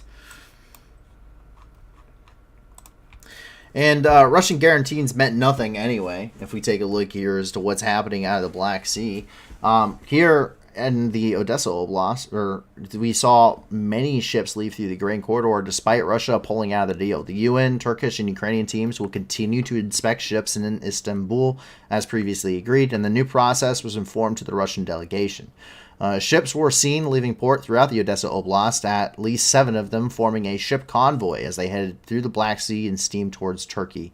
Amongst them is the Ankarya Angel, loaded with 40,000 tons of agricultural products destined for Ethiopia after being chartered by the UN World Food Program, or WFP. The Russians said that they could not guarantee the safety, and they threatened to once again blockade Odessa. That appears to, once again, those guarantees were never really there to begin with, considering what we've seen how the Russians deal with it. That is the Ankarya Angel there and over there in Odessa, chartered by the World Food Program. We can see here, coming from Evergreen Intel, we can see some of these ships. Now, you can get this. These are public knowledge. Ships have transponders, and I actually have an app on my phone that I can track any ships with their transponders on throughout the world. And that's what we're seeing here. And you can see these ships forming a convoy as they are traveling here. Now, convoys, ship convoys are actually pretty common, especially in a war zone. Civilian ship convoys cross the Atlantic during both of the wars, both the battles, or really most notably during World War II, during the Battle of the Atlantic, which occurred for essentially the entire duration of World War II, where ships from the United States would transport equipment and supplies over to the United Kingdom, and they were being hunted by German U-boats. So it's working together, staying together is much safer for ships in hostile waters for civilian mariners. Now, at some point, usually these guys would get an escort too, if they were traveling as like a convoy and that kind of a status. But neither side is willing to press their luck on that.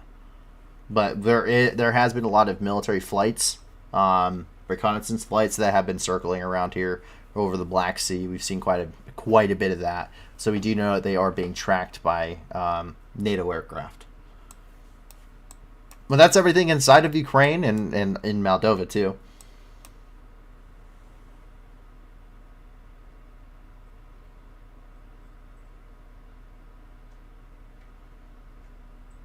Yes, Army Commander Conscriptovich. I hear the West once again claiming we broke a treaty. They were Satanists, so they'd realize Russia has never done anything wrong. I also want to point out some irony in this. So the Russians pull out of the grain deal after claiming that they're not the ones stopping grain coming out of the ports. They say that they pull out of the grain deal, which is brokered by the United Nations, because their Black Sea fleet in Sevastopol gets attacked.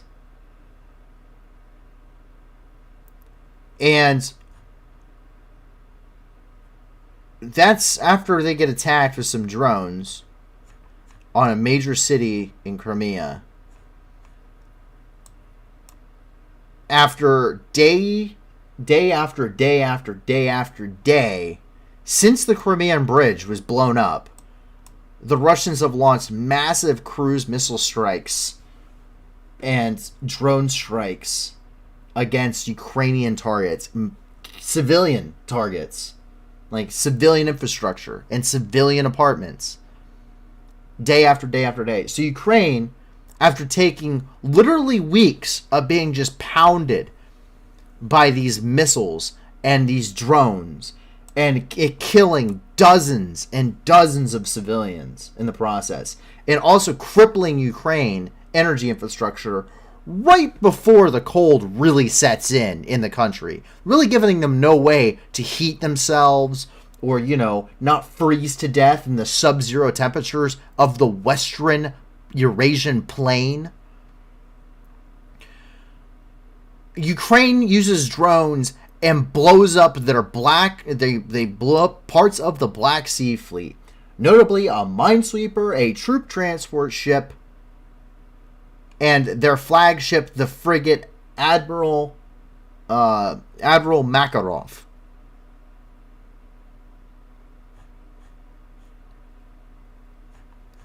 And they throw a fit. Literally weeks of being bombed, including the port city of Odessa. Including the city of Odessa, which is protected by the Grain Initiative. Ukraine doesn't bother pulling out. Nope. Make sure ships keep sailing from Odessa, Chernomorsk, and Privdeni, while their port city is being bombed. Black Sea Fleet destroyed with a Black Sea Fleet not even destroyed, damaged, with some minor infrastructure damage to some oil silos. Pulls out of the grain deal.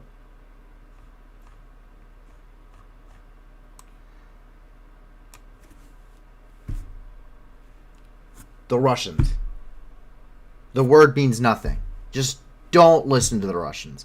I keep Russian sources specifically just so I can read how stupid they are.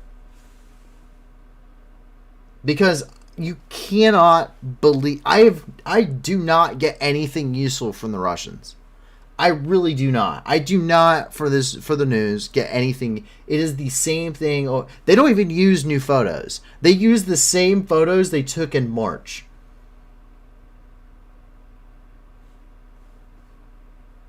They haven't changed any of their photos. Not RT, not Taz, not IZ, not Ria Novosti, not Russia 1. Like, not even the government.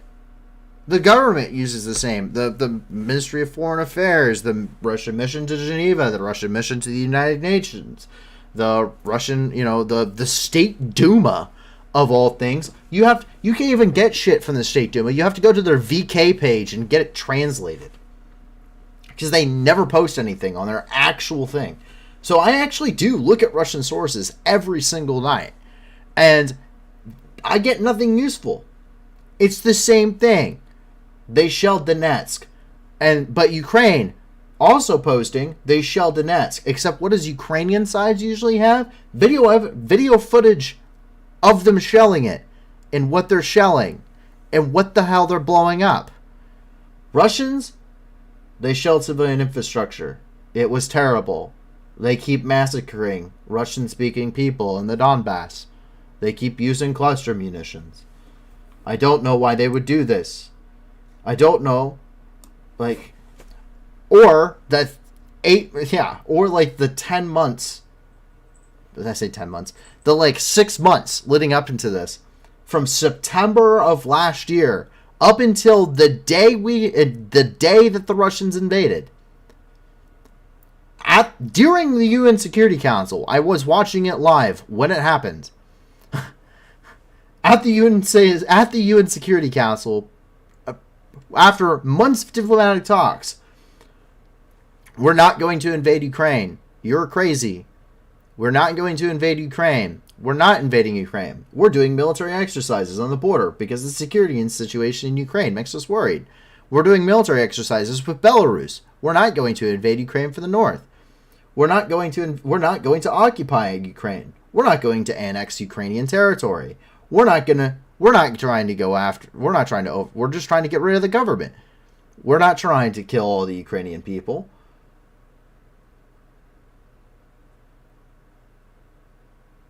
And yet here we are. We're not starving the world. We're just blockading the ports. And bombing the ships that are under a different country's flag, which is also an act of war and an act of piracy by international law.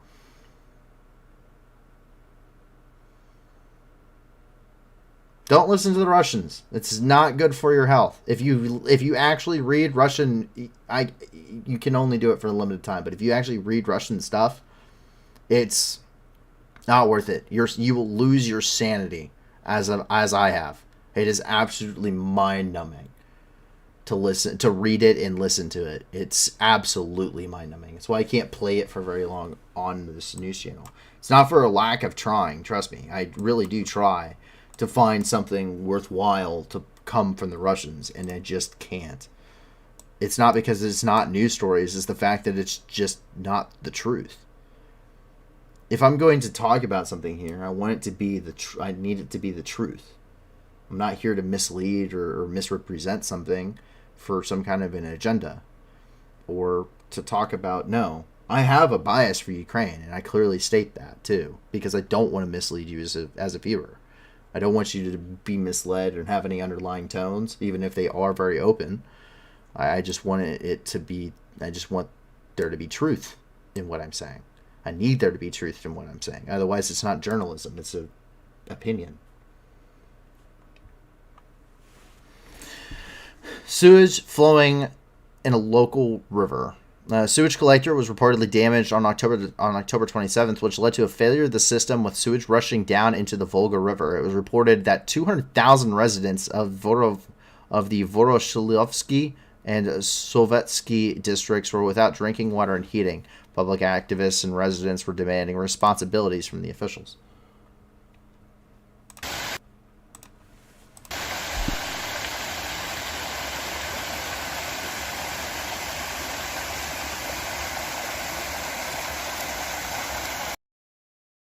As if the Russians weren't already up Schitt's Creek.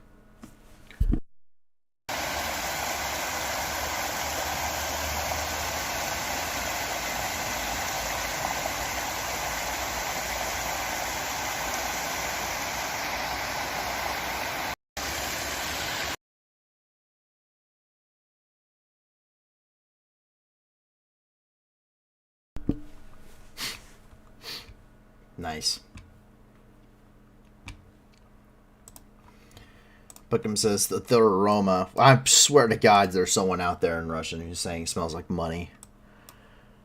I've never not been somewhere where that aroma, that very putrid aroma, has ever arisen, where someone, even myself perhaps, has said smells like money. especially considering how many farmers there are in Russia, considering everyone has to subsist because they can't afford actual food. The Volga is now literal shit creek. Yeah, I know. You imagine being that you're Russia literally now, you know, figuratively and literally speaking, is up shit's creek without a paddle.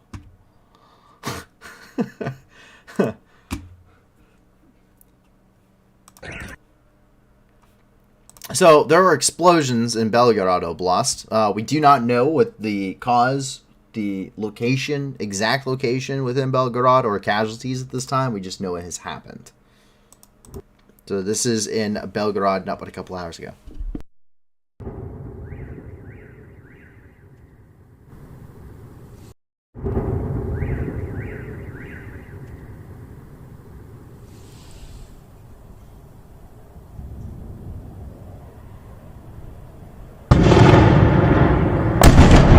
Ебать. Вот это уебало прям над нами крепко нахуй. Пизда, сейчас еще осколки полетят, блядь.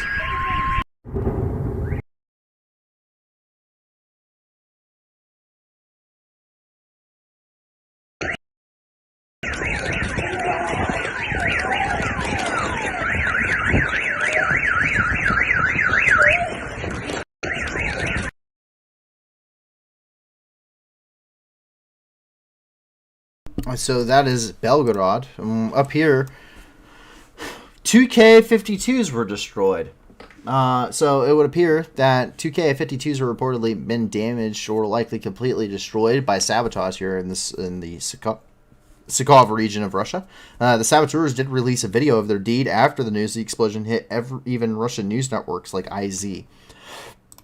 So we can't actually see this. This is coming from IZ itself. Of course, has the moniker Russian state affiliated media organization. Say in Peskov region, 2 Russian military Ka-52 helicopters were damaged as a result of explosions, a REN TV source said. As a Ka-52, its NATO designation is Alligator. And it is a attack helicopter. And here's the sabotage. Everyone likes a good sabotage. So is there discontent in Russia? Yes. Is it a lot of discontent? Yes. Take a look.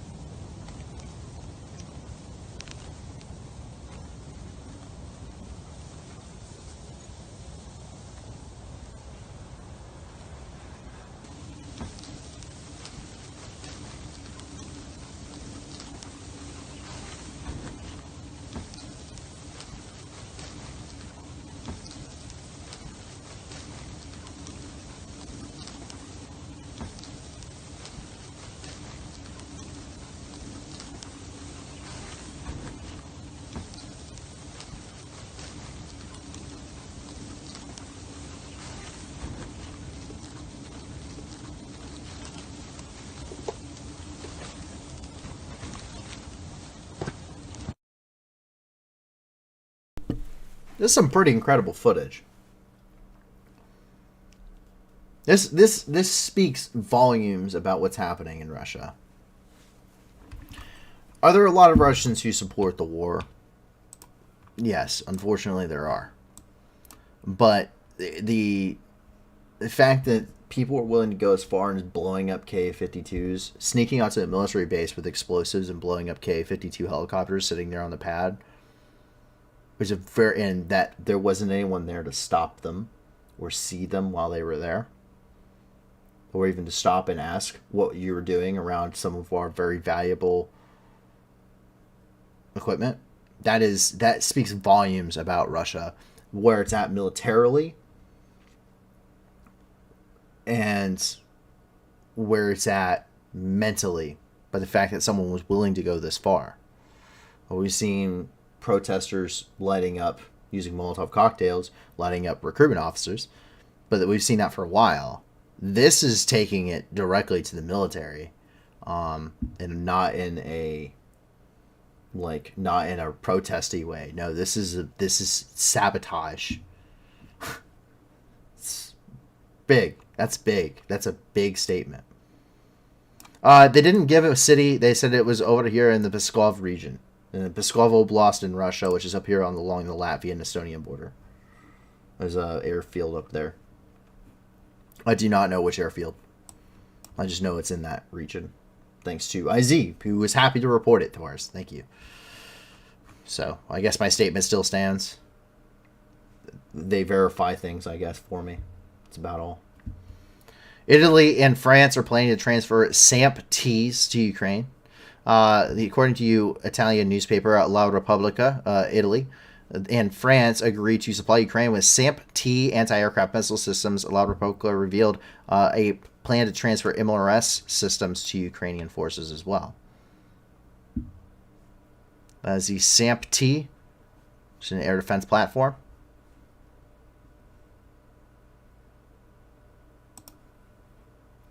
If you want any more information, you can also check out some of that stuff from Ukrainian military.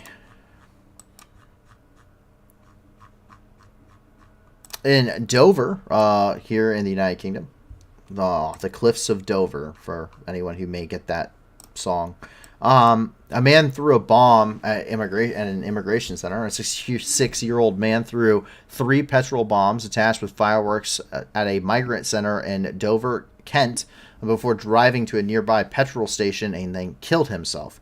A witness described seeing a man laughing as he threw the bombs. 2 people inside at the immigration center sustained minor injuries. The site did remain open.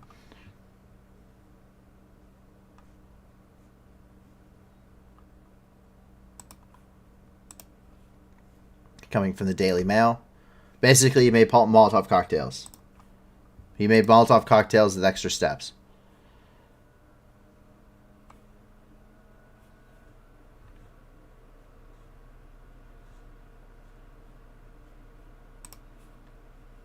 If you want more info, you can always go to metro.co.uk or you can go to the Daily Mail. And now, for why I said we will get to that joke later, regarding the Admiral Makarov and why I said no Russian. I kid you not. I could not make this shit up if I tried. I really couldn't. I really, really couldn't make this up if I tried. If anyone has played Modern Warfare 2, the original Modern Warfare 2, then you would know the line, no Russian, and you would also know the character Captain Price from Team 141, Task Force 141. Well, it would appear that Bravo 6 has gone dark. In fact, Captain Price appears to have transferred to the Ukrainian Armed Forces after the events of Modern Warfare 2, and then with Task Force 141.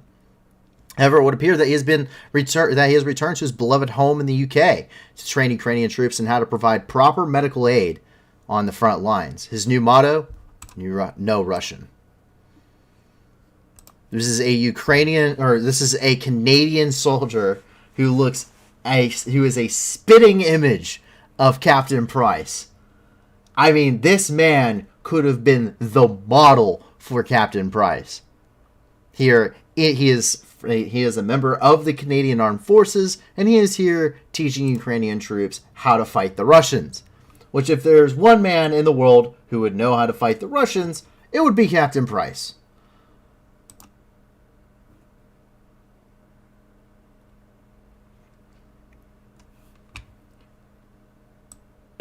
You can't make this stuff up. You cannot make this up. This is way too good.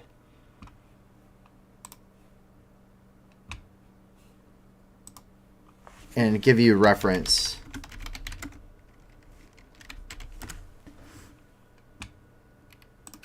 let's see if I can pull up Captain Price here.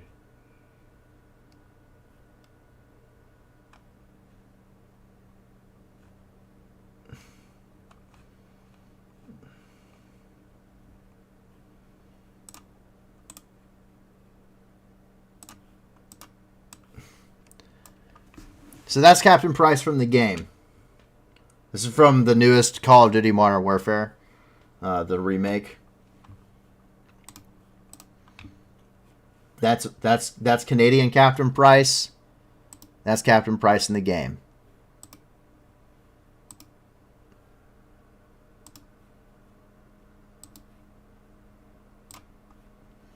Yes. Yes. Oh, yes. Oh, yes. Now, I'm not a huge Call of Duty fan. I used to play those games religiously as a child. But I played the original, like Modern Warfare, Modern Warfare 2, Modern Warfare 3, the original Black Ops, that kind of thing. So I 100% know Captain Price. Or any of the Call of Duties, because Captain Price is like in every single Call of Duty they've ever made, it would almost seem, except for all the once they started getting the new ones, but always a Captain Price. But yes, that's awesome. That makes my childhood come alive. I just want you to know that on the battlefield would. I knew, oh man. Oh, here's an interesting question. Oh my god. Ooh, that's a really hard one. Ooh, Bookham. He says, question. At the platoon level, who's the most admired person? The platoon sergeant, the medic, or the E4 Mafia?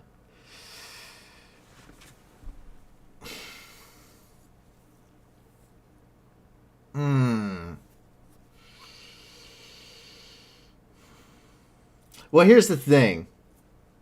As a member of said E4 Mafia, if you don't respect me, I will make sure you eventually do. So that's the thing. Now, the most admired person, that really depends, because platoon sergeants and stuff normally get shuffled around. I've had like first sergeants and stuff that I just did not have. I mean, I had respect for them, right, in their own right, but I definitely didn't. Because, like, I had staff sergeants and gunnies and stuff that were, like, Fallujah veterans. Like, I had, like, my combat instructors. One of my combat instructors, if you go at some point, if you want to after the stream, if you look up a guy, if you just look up Machine Gun Man, actually, I think I can just do that here. We'll just go to YouTube. And we'll just look up Machine Gun Man. Machine Gun Man. So, here's one of my combat instructors. His name's Sergeant Heiser, for anyone that's interested. But this is Machine Gun Man.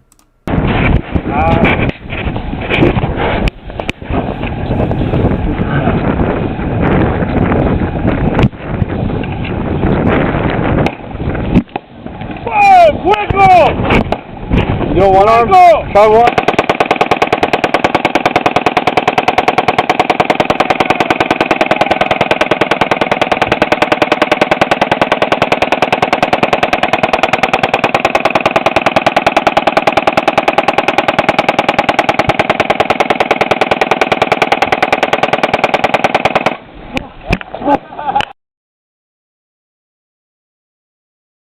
That was one of my combat instructors when I was in ITB. So most of the guys when I went to ITB and stuff, and when I was in the fleet, most of those guys were getting out. Those guys had done their time. A lot of them were busted. I had one combat instructor that he was missing an eye, he was missing a leg, could use some ammo. Yeah, so that's Sergeant Heiser in Iraq during one of his rotations. But this would have been back in, that would have been late Iraq War. Yeah, really, 240. There's a second video of that where he does that. Or he does both. He does two 240s one-handed. He does two 240s just one-handed. But that was just him screwing around with MARSOC guys in Iraq. Because they had the ammo. And because he could. And he's a machine gunner. He's a 31. And then I have one of my instructors for anti-tank missile course was he was a Sangin Marine. He was one of the Marines that went into Sangin when they first took it.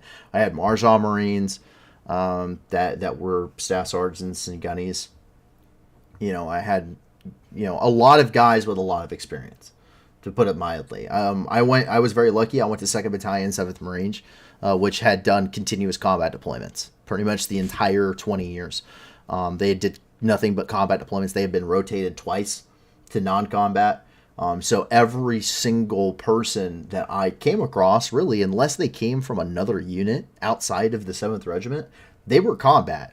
They were combat veterans. And when those guys came in at the platoon level that weren't those vets, that they were not, they did not have combat experience. They were staff sergeants, got meritoriously promoted, what have you, and this was their next billet, this was the next duty station, that you could tell.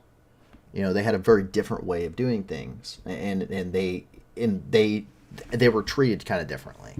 But to get to your point, it really depends. But I would have to say it would definitely be the platoon sergeant, but there's caveats to all of that. Like if I had like a platoon sergeant, never did any combat pumps, straight off the drill field, probably does not have any admiration to it.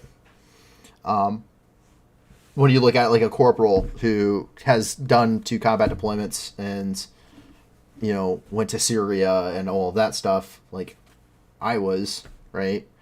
Like that probably carries like a connotation with it. But likewise, like the medic who, got his,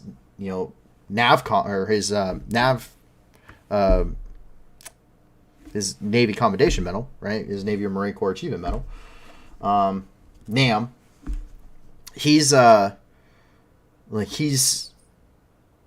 But he got it for, he got his NAM for treating, 500 casualties in Syria. Like that's, that's a lot of admiration. He knows what he's doing. That's a lot of admiration. It's about what you've done. It's not necessarily what you are. What you are commands respect regardless. You respect an officer because they're an officer. You respect a staff sergeant because he's a staff sergeant. You respect a corporal because he's a corporal.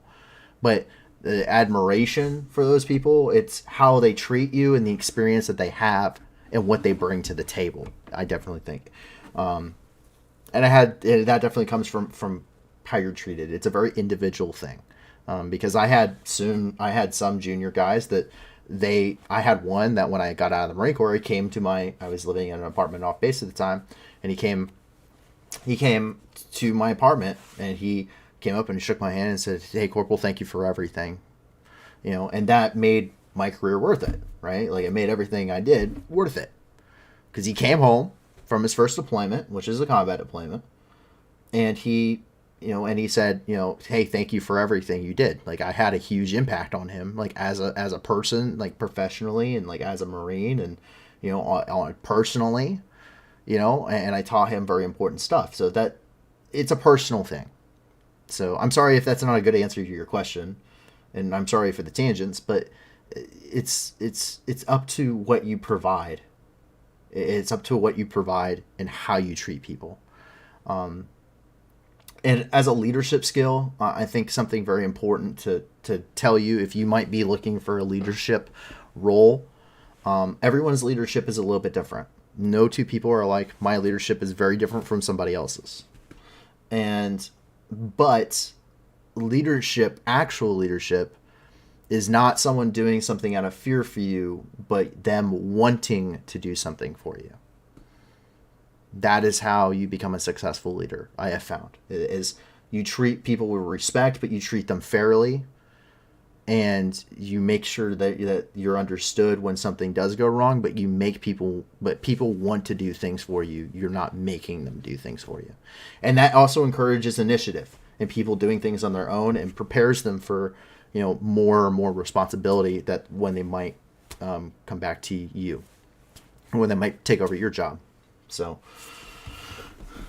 that's my suggestion and my observations. But anyway, I move on with the news. Displacement camp housing Syrian refugees was targeted. The displaced woman was killed and her husband and children injured after their home in the Kuwait al-Rama displacement camp was targeted in a missile attack. The camp is known to be housing displaced people in northern Syria. The youngest child is currently in critical condition following the attack, while there are 2 elder siblings have been left in shock. The shelling reportedly came from areas controlled by regime forces and the Syrian Democratic Forces. Some of those kids in shock there. The white helmets were there.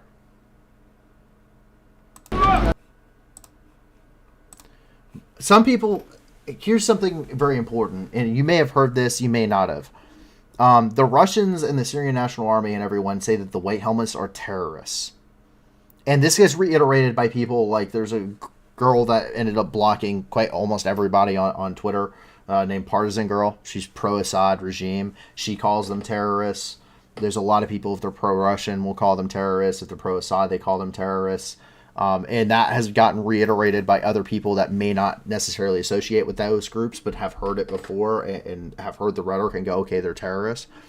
That's not true. The White Helmets are a civil group. They don't affiliate with either party. They have had bad eggs, and they've addressed those very publicly when they have had bad eggs.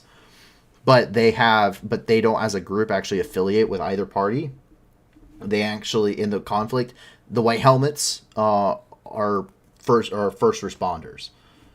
In fact, when Ukraine was first invaded, the White Helmets, keep in mind, Syria is in the middle of a terrible civil war. The White Helmets actually sat down and recorded videos on life-saving skills that they had learned from experience in Syria and sent it to the first responders leaderships of different organizations like the Ministry of Internal Affairs in Ukraine, so that way they could pass it along and see, field experience, people who have had to do this before on a daily basis, tips and tricks that will save lives.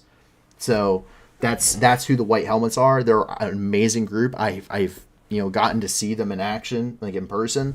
They're awesome, and I highly recommend you, if you want to know like some stuff, what's happening in Syria and some of the bombings and stuff. These guys are quite literally the first ones on the scenes. This is also the group that the Russians were specifically delaying their strikes in Syria.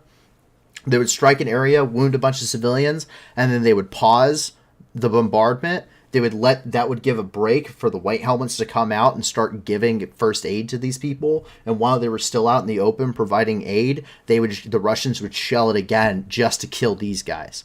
So it's very dangerous for them. It's extremely dangerous. They're specifically targeted by Assad and by the Russians because they claim that they're a terrorist organization. So take a look. مصاب وين؟ هون ايوه ادلك لا فايت اها بس اعطونا ضووا لنا بس انتوا اعطيني شوي مكان مره هون كانت هون كانت هون هيك تمام ها شوي يا هذيك شوي هذيك هي حطوها في كيس هي هي اخوي شيل الطراحه هنيك ما في شيء يا شباب ما في شيء ايش هو ابو رمضان كان جمجمة حط الأرض شوي مو أكيد طالعته؟ أنا طالعته في إيدي. إيه النص هاي. شربوا هذول أولاد الزلمة اللي ماتت وينهم؟ نزلتوها تحت. مين عندهم قريب؟ ما عندهم حدا هون. ما عندهم حدا. خالص. الأم استشهدت والأبرة مع الأم. وفي وابنه كمان مصاب نزلوه ولازم تفحصون يعني كمان اولاد الولد هذا كانوا بنفس المكان اللي صار في الطريق. ايه بنفس الغرفه وينه في وجعون عمو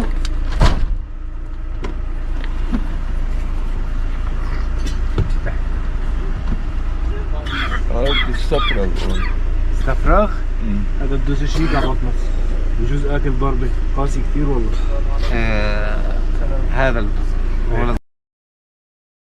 So for those that don't know, he's checking the kid, and I know it seems like he's being kind of rough, but what he's actually doing, when the reason why he's focusing on his stomach, he's not looking to see if it would be very obvious for the most part if there were holes. Not all the time, because you do have to be careful, because there can be puncture wounds that you might not see bleed very well, which is why you have to tiger claw. If you put your hands together like this, and then you slowly rack it across, someone's abdomen if you're looking for holes, because eventually when your fingers will punch through, if you find one, it's called a tiger claw. But what he's doing is he's when he's checking and feeling, because when someone goes into shock, what ends up happening is they become very cold sweats. Their skin will become clammy, right? It'll become kind of like white and clammy, and they'll start kind of losing coloration. It's very weird. Shock is very weird. And something else he's trying to check for is if there is internal hemorrhaging, such as like an appendix burst or something. What you do is you do a reverse C, and it actually puts it to where the last thing that you end up hitting is the appendix. And actually you can check and see if there's any dissension or anything in the internal organs within the abdomen doing that. So there's like actual purposes to what he's doing. He's not just like smacking this young child who just got bombed or something, but he's actually doing something. Yeah, he's coming to, he's feeling him, he's making sure everything's okay. And you gotta treat children a little bit differently when you're handling them too. So he's not, but it's just a quick check, because kids seem relatively fine. They're just in shock. Arch Instinct says, has a white helmet ever picked up a gun? I'm not going to say no, but I'm also not going to say yes, because I don't know. I've never seen a white helmet with a weapon. White helmets are very clear. They're very clear about their thing, or about not having any kind of weaponry. So they actually have a website here where you can actually go to. So that is the white helmets. That is what they do. They are all over Syria, mostly in areas under control by the Syrian Democratic Forces, or the SDF, and other rebel groups, because everyone else is trying to kill them actively. So, but Syrian Civil Defense, yeah, actually their UXO team.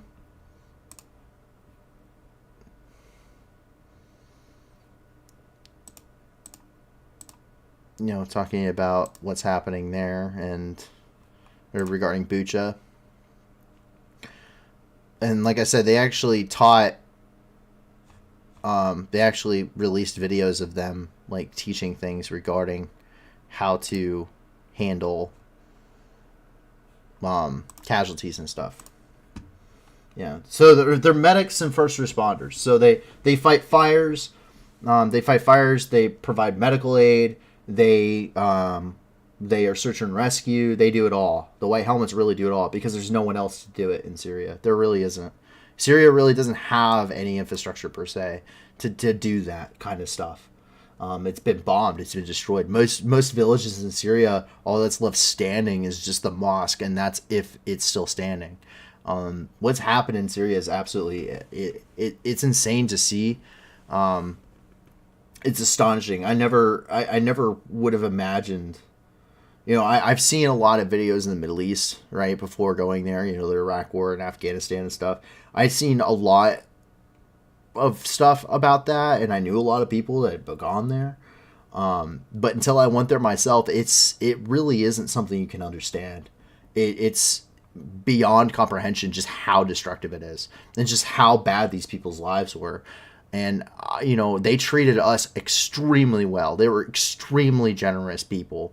I cannot speak highly enough, especially of the SDF Kurds. I cannot speak highly enough of them. They were awesome to be around. And they were extremely generous. They were extremely nice. It's cultural for them, too. It's a very deep culture for them to be that generous, especially with guests. But just personally, they were awesome to be with. But they'd gone through so much, and they had so little. So many of them just had so little, especially as civilians. And I remember just their houses are bombed out and everything else, and the kids would still come out and play soccer and stuff. right? And we used to toss, they don't really have a whole lot of fresh water or anything there, but we would, if we were on a convoy or something, we tossed fresh water bottles. So we kept fresh water in the trucks. We tossed fresh water bottles to kids, candy if we had it on hand, and it was kind of uplifting when you got to do that stuff. But usually it meant you're passing by a village, and the worst thing is that they've been bombed and they've lost everything. They don't have a home, and then they walk and then they trek most of the time on foot. They walk tens of kilometers, dozens of kilometers, upwards of hundreds of kilometers to get to one of these refugee camps in the northern part of Syria. And they're probably they get bombed by the Islamic State on the way. They get bombed by the Russians and by the Syrian National Army on the way. They get, they step on IEDs and stuff when they're on the way. And then they get to, if they make it, and so they have their houses bombed, so they lose everything. They possibly get killed walking on foot to a Syrian refugee camp in northern Syria. If they don't get killed on the way there, the Russians and the Syrian National Army and the Islamic State, so the Islamic State will attack these places too, but they mostly try to recruit out of them, because desperate people usually have some of the most strongest feelings about things, and the Islamic State preys off of extremism and extremist ideologies and the weak. And so they do a lot of recruitment there, but the Russians and the Syrians bomb the refugee camps, and we've shown that here. So it's just a constant cycle of just the Russians and the Syrian National Army just constantly killing. I cannot tell you just how many casualties. We had 2 corpsmen. Between the 2 corpsmen, and that was just 2 of them, in the company, because my whole company was there. This doesn't include the CLS Marines, like myself. This doesn't include the other corpsmen. 2 corpsmen alone in 6 months of being there treated over 1,000 casualties. Just 2 corpsmen by themselves treated over 1,000 casualties. Does not include combat life-saving Marines, of which there are dozens in the company that were providing aid to other people. Does not include the other corpsmen who were there. Doesn't include the SDF guys that were there that were medics. Doesn't include the white hats. It doesn't include the special operations forces guys that were there. That doesn't include the coalition partners that were there. That's just 2 corpsmen in my company. That gives you any idea how many civilian casualties came through when I was in Syria in 6 months. They treated, between just the 2 of them, they treated over 1,000 casualties. That's how bad it is. And I'd say upwards of 85 to 90% of them were civilians. Men, women, children, elderly. I mean, it keeps you up at night. It really does. It makes you question the morality of man. It makes you question a lot of things about yourself, about people, about if you're religious. It makes you question that. I'm not saying I'm not entirely religious, but that killed most religion for me. That's for sure, because I cannot see in religion how that in any religion. And I've done my research on that, but that killed most religion for me. I cannot be a religious individual after that. That was too bad. that ruined. And it ruined a lot of things. But yeah, if whatever you think you see on the news, it doesn't do it justice. It really doesn't. It's unfathomably bad there. It's unfathomably bad. It's horrendous. Fighting broke out between ISIS and the Syrian National Army there in the city of Dara. Fighting began between the Syrian army and supported by the FSA and ISIS cells. As a result of the shelling of residential areas by the Syrian army and former rebels, there are casualties among civilians. The Syrian army is sending reinforcements to the city to support the reconciled rebels. The military artillery is also operating in the Al-Sad district, where the main clashes are currently taking place.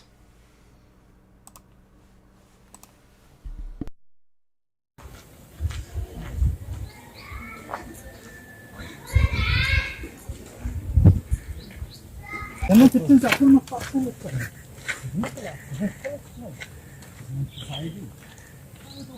الله أكبر الله أكبر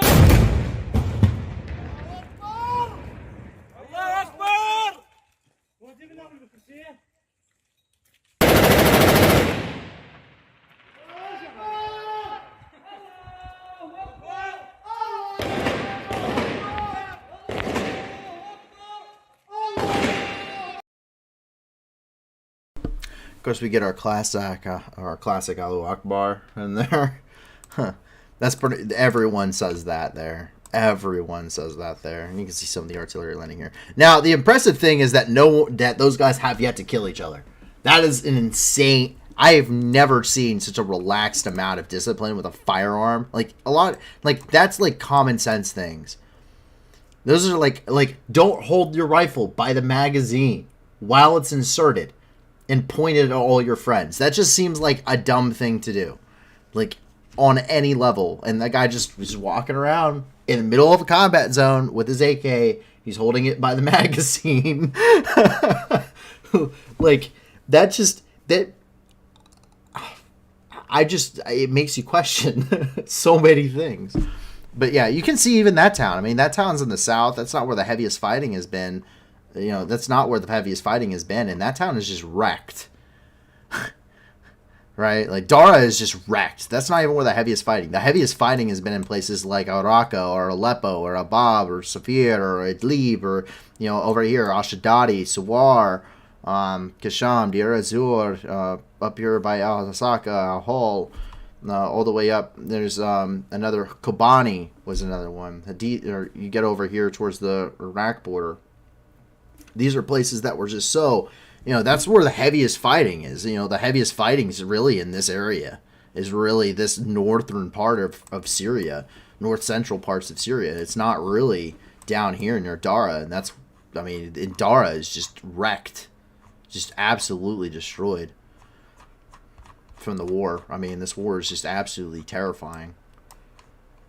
And I want to point out that the war in Ukraine... I have never been there to see, personally, to report this. But the war in Ukraine is worse. Like, on the scale of ferocity, the war in Ukraine is worse. So keep in mind, everything I have told you and everything you've seen about Syria, and Ukraine is worse. To put that in perspective.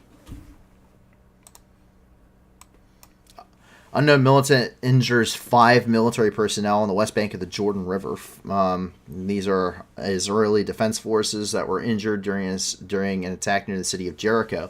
The man who was driving a car reportedly drove into a group of military men and rammed a bus stop where security forces were also present. Law enforcement officers eliminated the attacker. The incident was recognized as a terrorist attack. No one took responsibility so far. It's over in Jericho.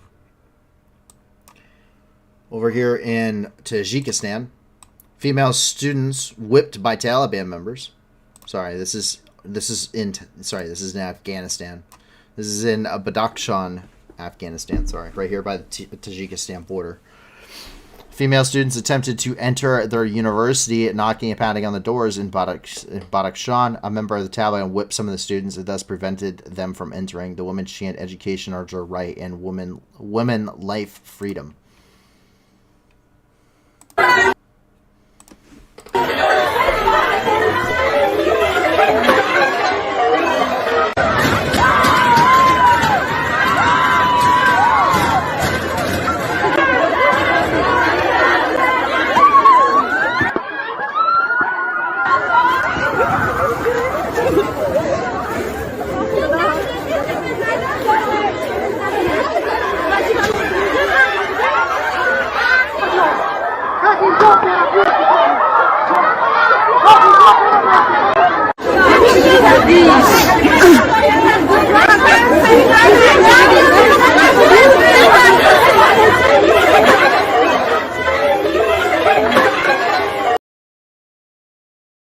Didn't see him whipping her right there. Yeah, the Taliban have basically broken everything that they ever said. regarding, yeah, we will, have all these reforms. We're not the same Taliban that was there. They're the same Taliban.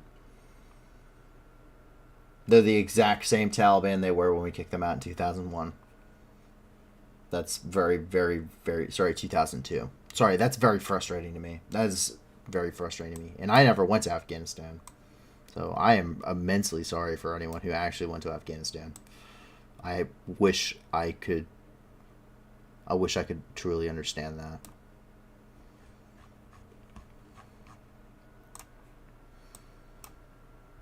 More than 80 people were killed after a bridge collapse here in India.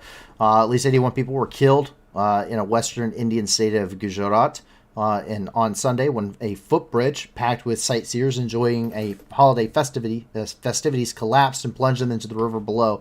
Authorities said that more than 400 people were on and around the colonial era suspension bridge at the time of its collapse. State Home Minister Harsh Sanghavi said more than 150 people on the bridge itself. A 230-meter bridge was built during the British rule in the 19th century. It had been closed for renovation for 6 months and was reopened to the public last week.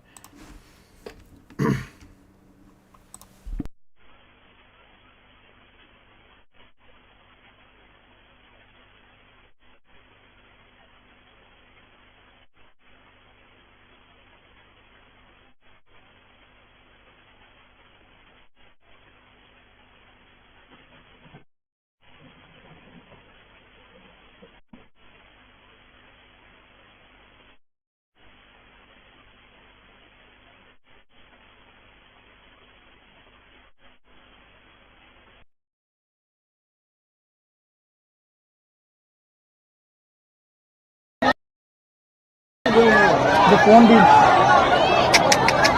જો તું નથી shooting shooting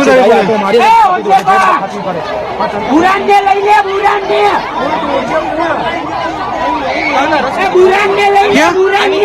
ક્યાં rescue team ઓજે બા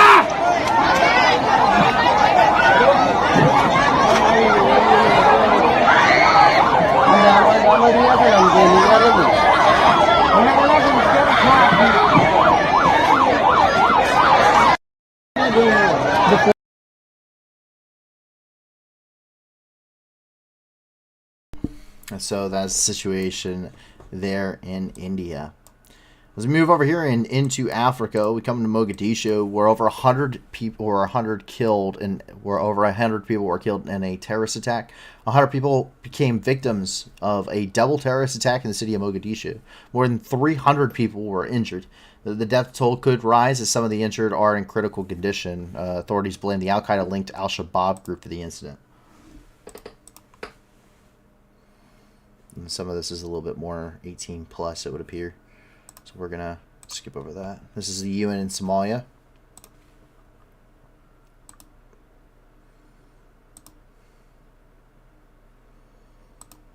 Now, a lot of people are jumping in to provide blood right now.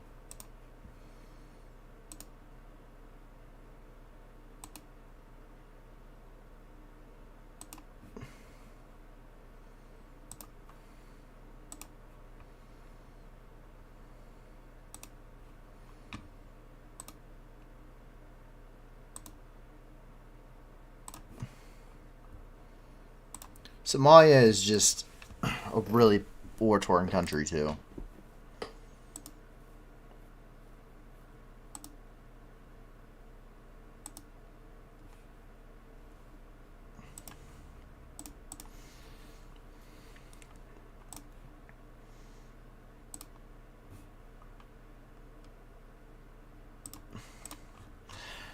And so, that's the situation there in Somalia. Up here in Ethiopia, footage showed Ethiopian forces burning a village. Footage showed the forces of the ENDF, or Ethiopian National Defense Forces, were burning villages in Tigray and shouting, "Burn it down, burn the entire town." The World Health Organization repeatedly called for humanitarian aids to be sent into the region, raising the alarm of indiscriminate killings as physicians and hospitals in Tigray pleaded for help. The Ethiopian government stated that aids have been provided to the regions controlled by the Ethiopian forces. This is Ethiopian troops there in the Tigray region.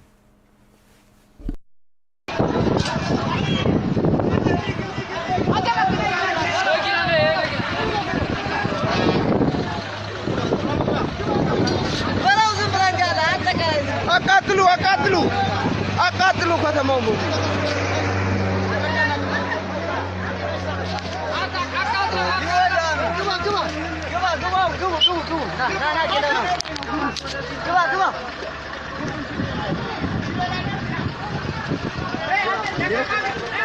አቃጥሉ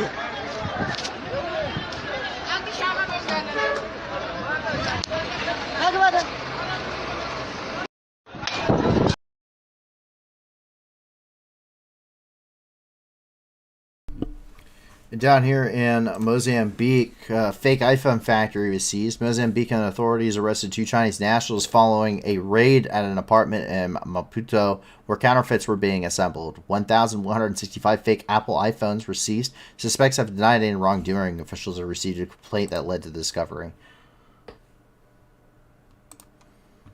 They were building fake iPhones. If you want more info, you can go to znbc.co.zimbabwe.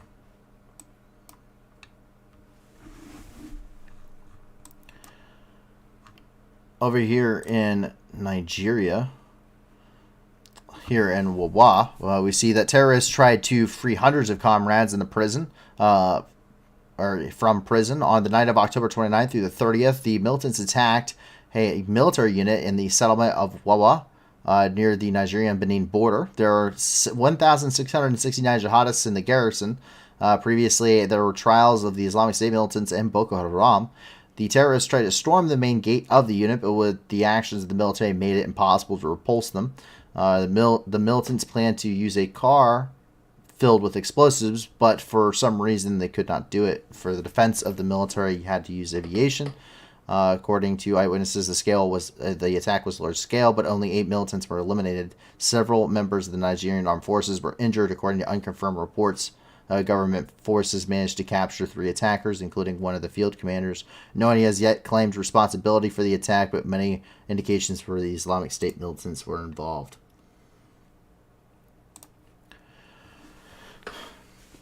Relief materials are delivered. To flood victims here throughout Nigeria, and we see down here. This is in Edo, in Edo. National Emergency Management Agency, or NEMA, has donated relief materials to flood victims and vulnerable persons in Edo State. Items include food, condiments, mosquito nets, soap, among others. Edo State Deputy Governor Philip Shaibu appealed to President Muhammadu Buhari to dredge the river Niger as a solution to perennial flooding across the country. See some of the destruction from that flooding there.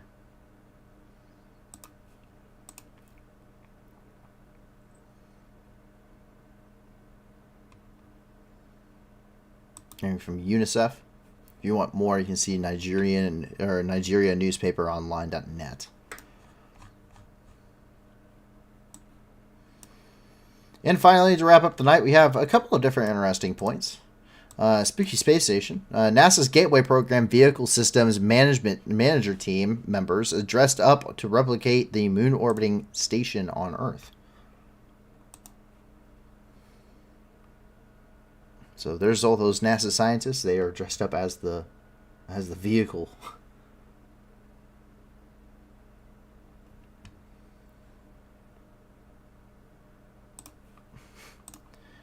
And it's coming. We just stuck this one on the Kennedy Space Center. This is a bunch of different kind of spooky photos from space to celebrate Halloween that have come up today. And we see this is the galactic bones recently taken by the Sophia telescope, which are long filaments of gas and dust.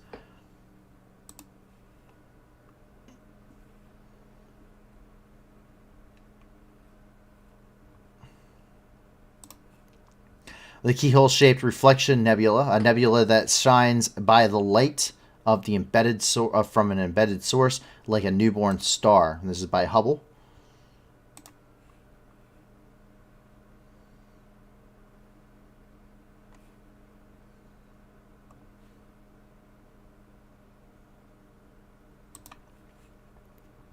NASA Moon Snap.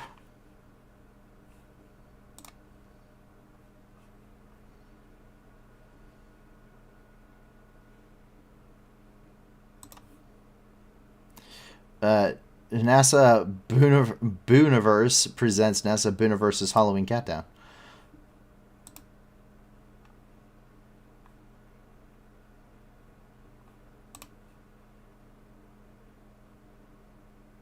Kind of going for creepy things in space there.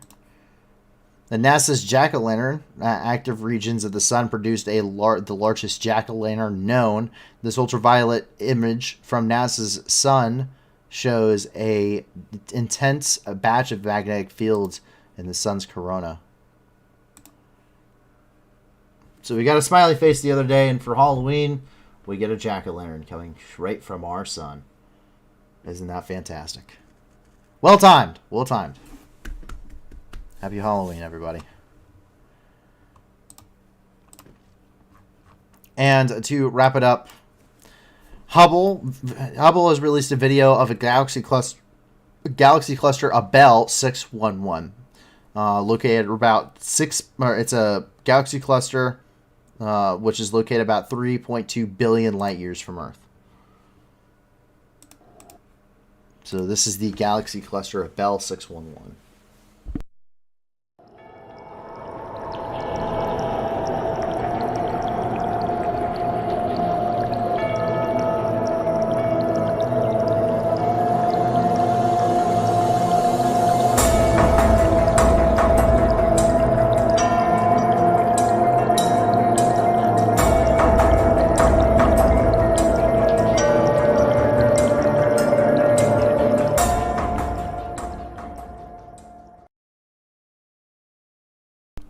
That is everything there.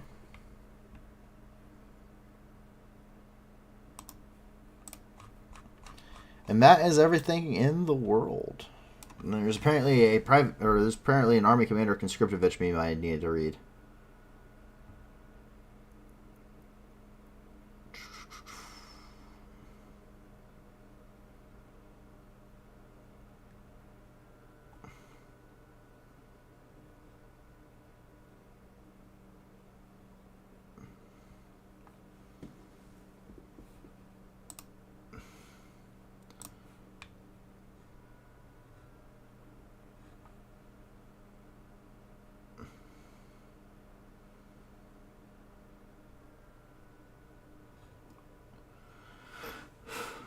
Trying to find Army Conscriptovich, or I'm trying to find Army Commander Conscriptovich.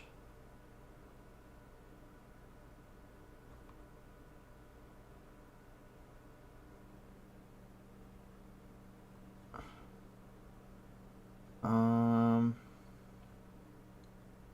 Nisha's been posting a ton of memes.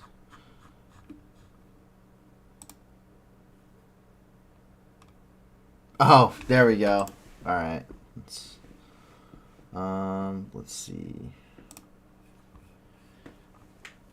Being near Kherson and talking about events there. Being near Donbass and talking events there. Army Commander Conscriptovich. Thank you, Army Commander Conscriptovich.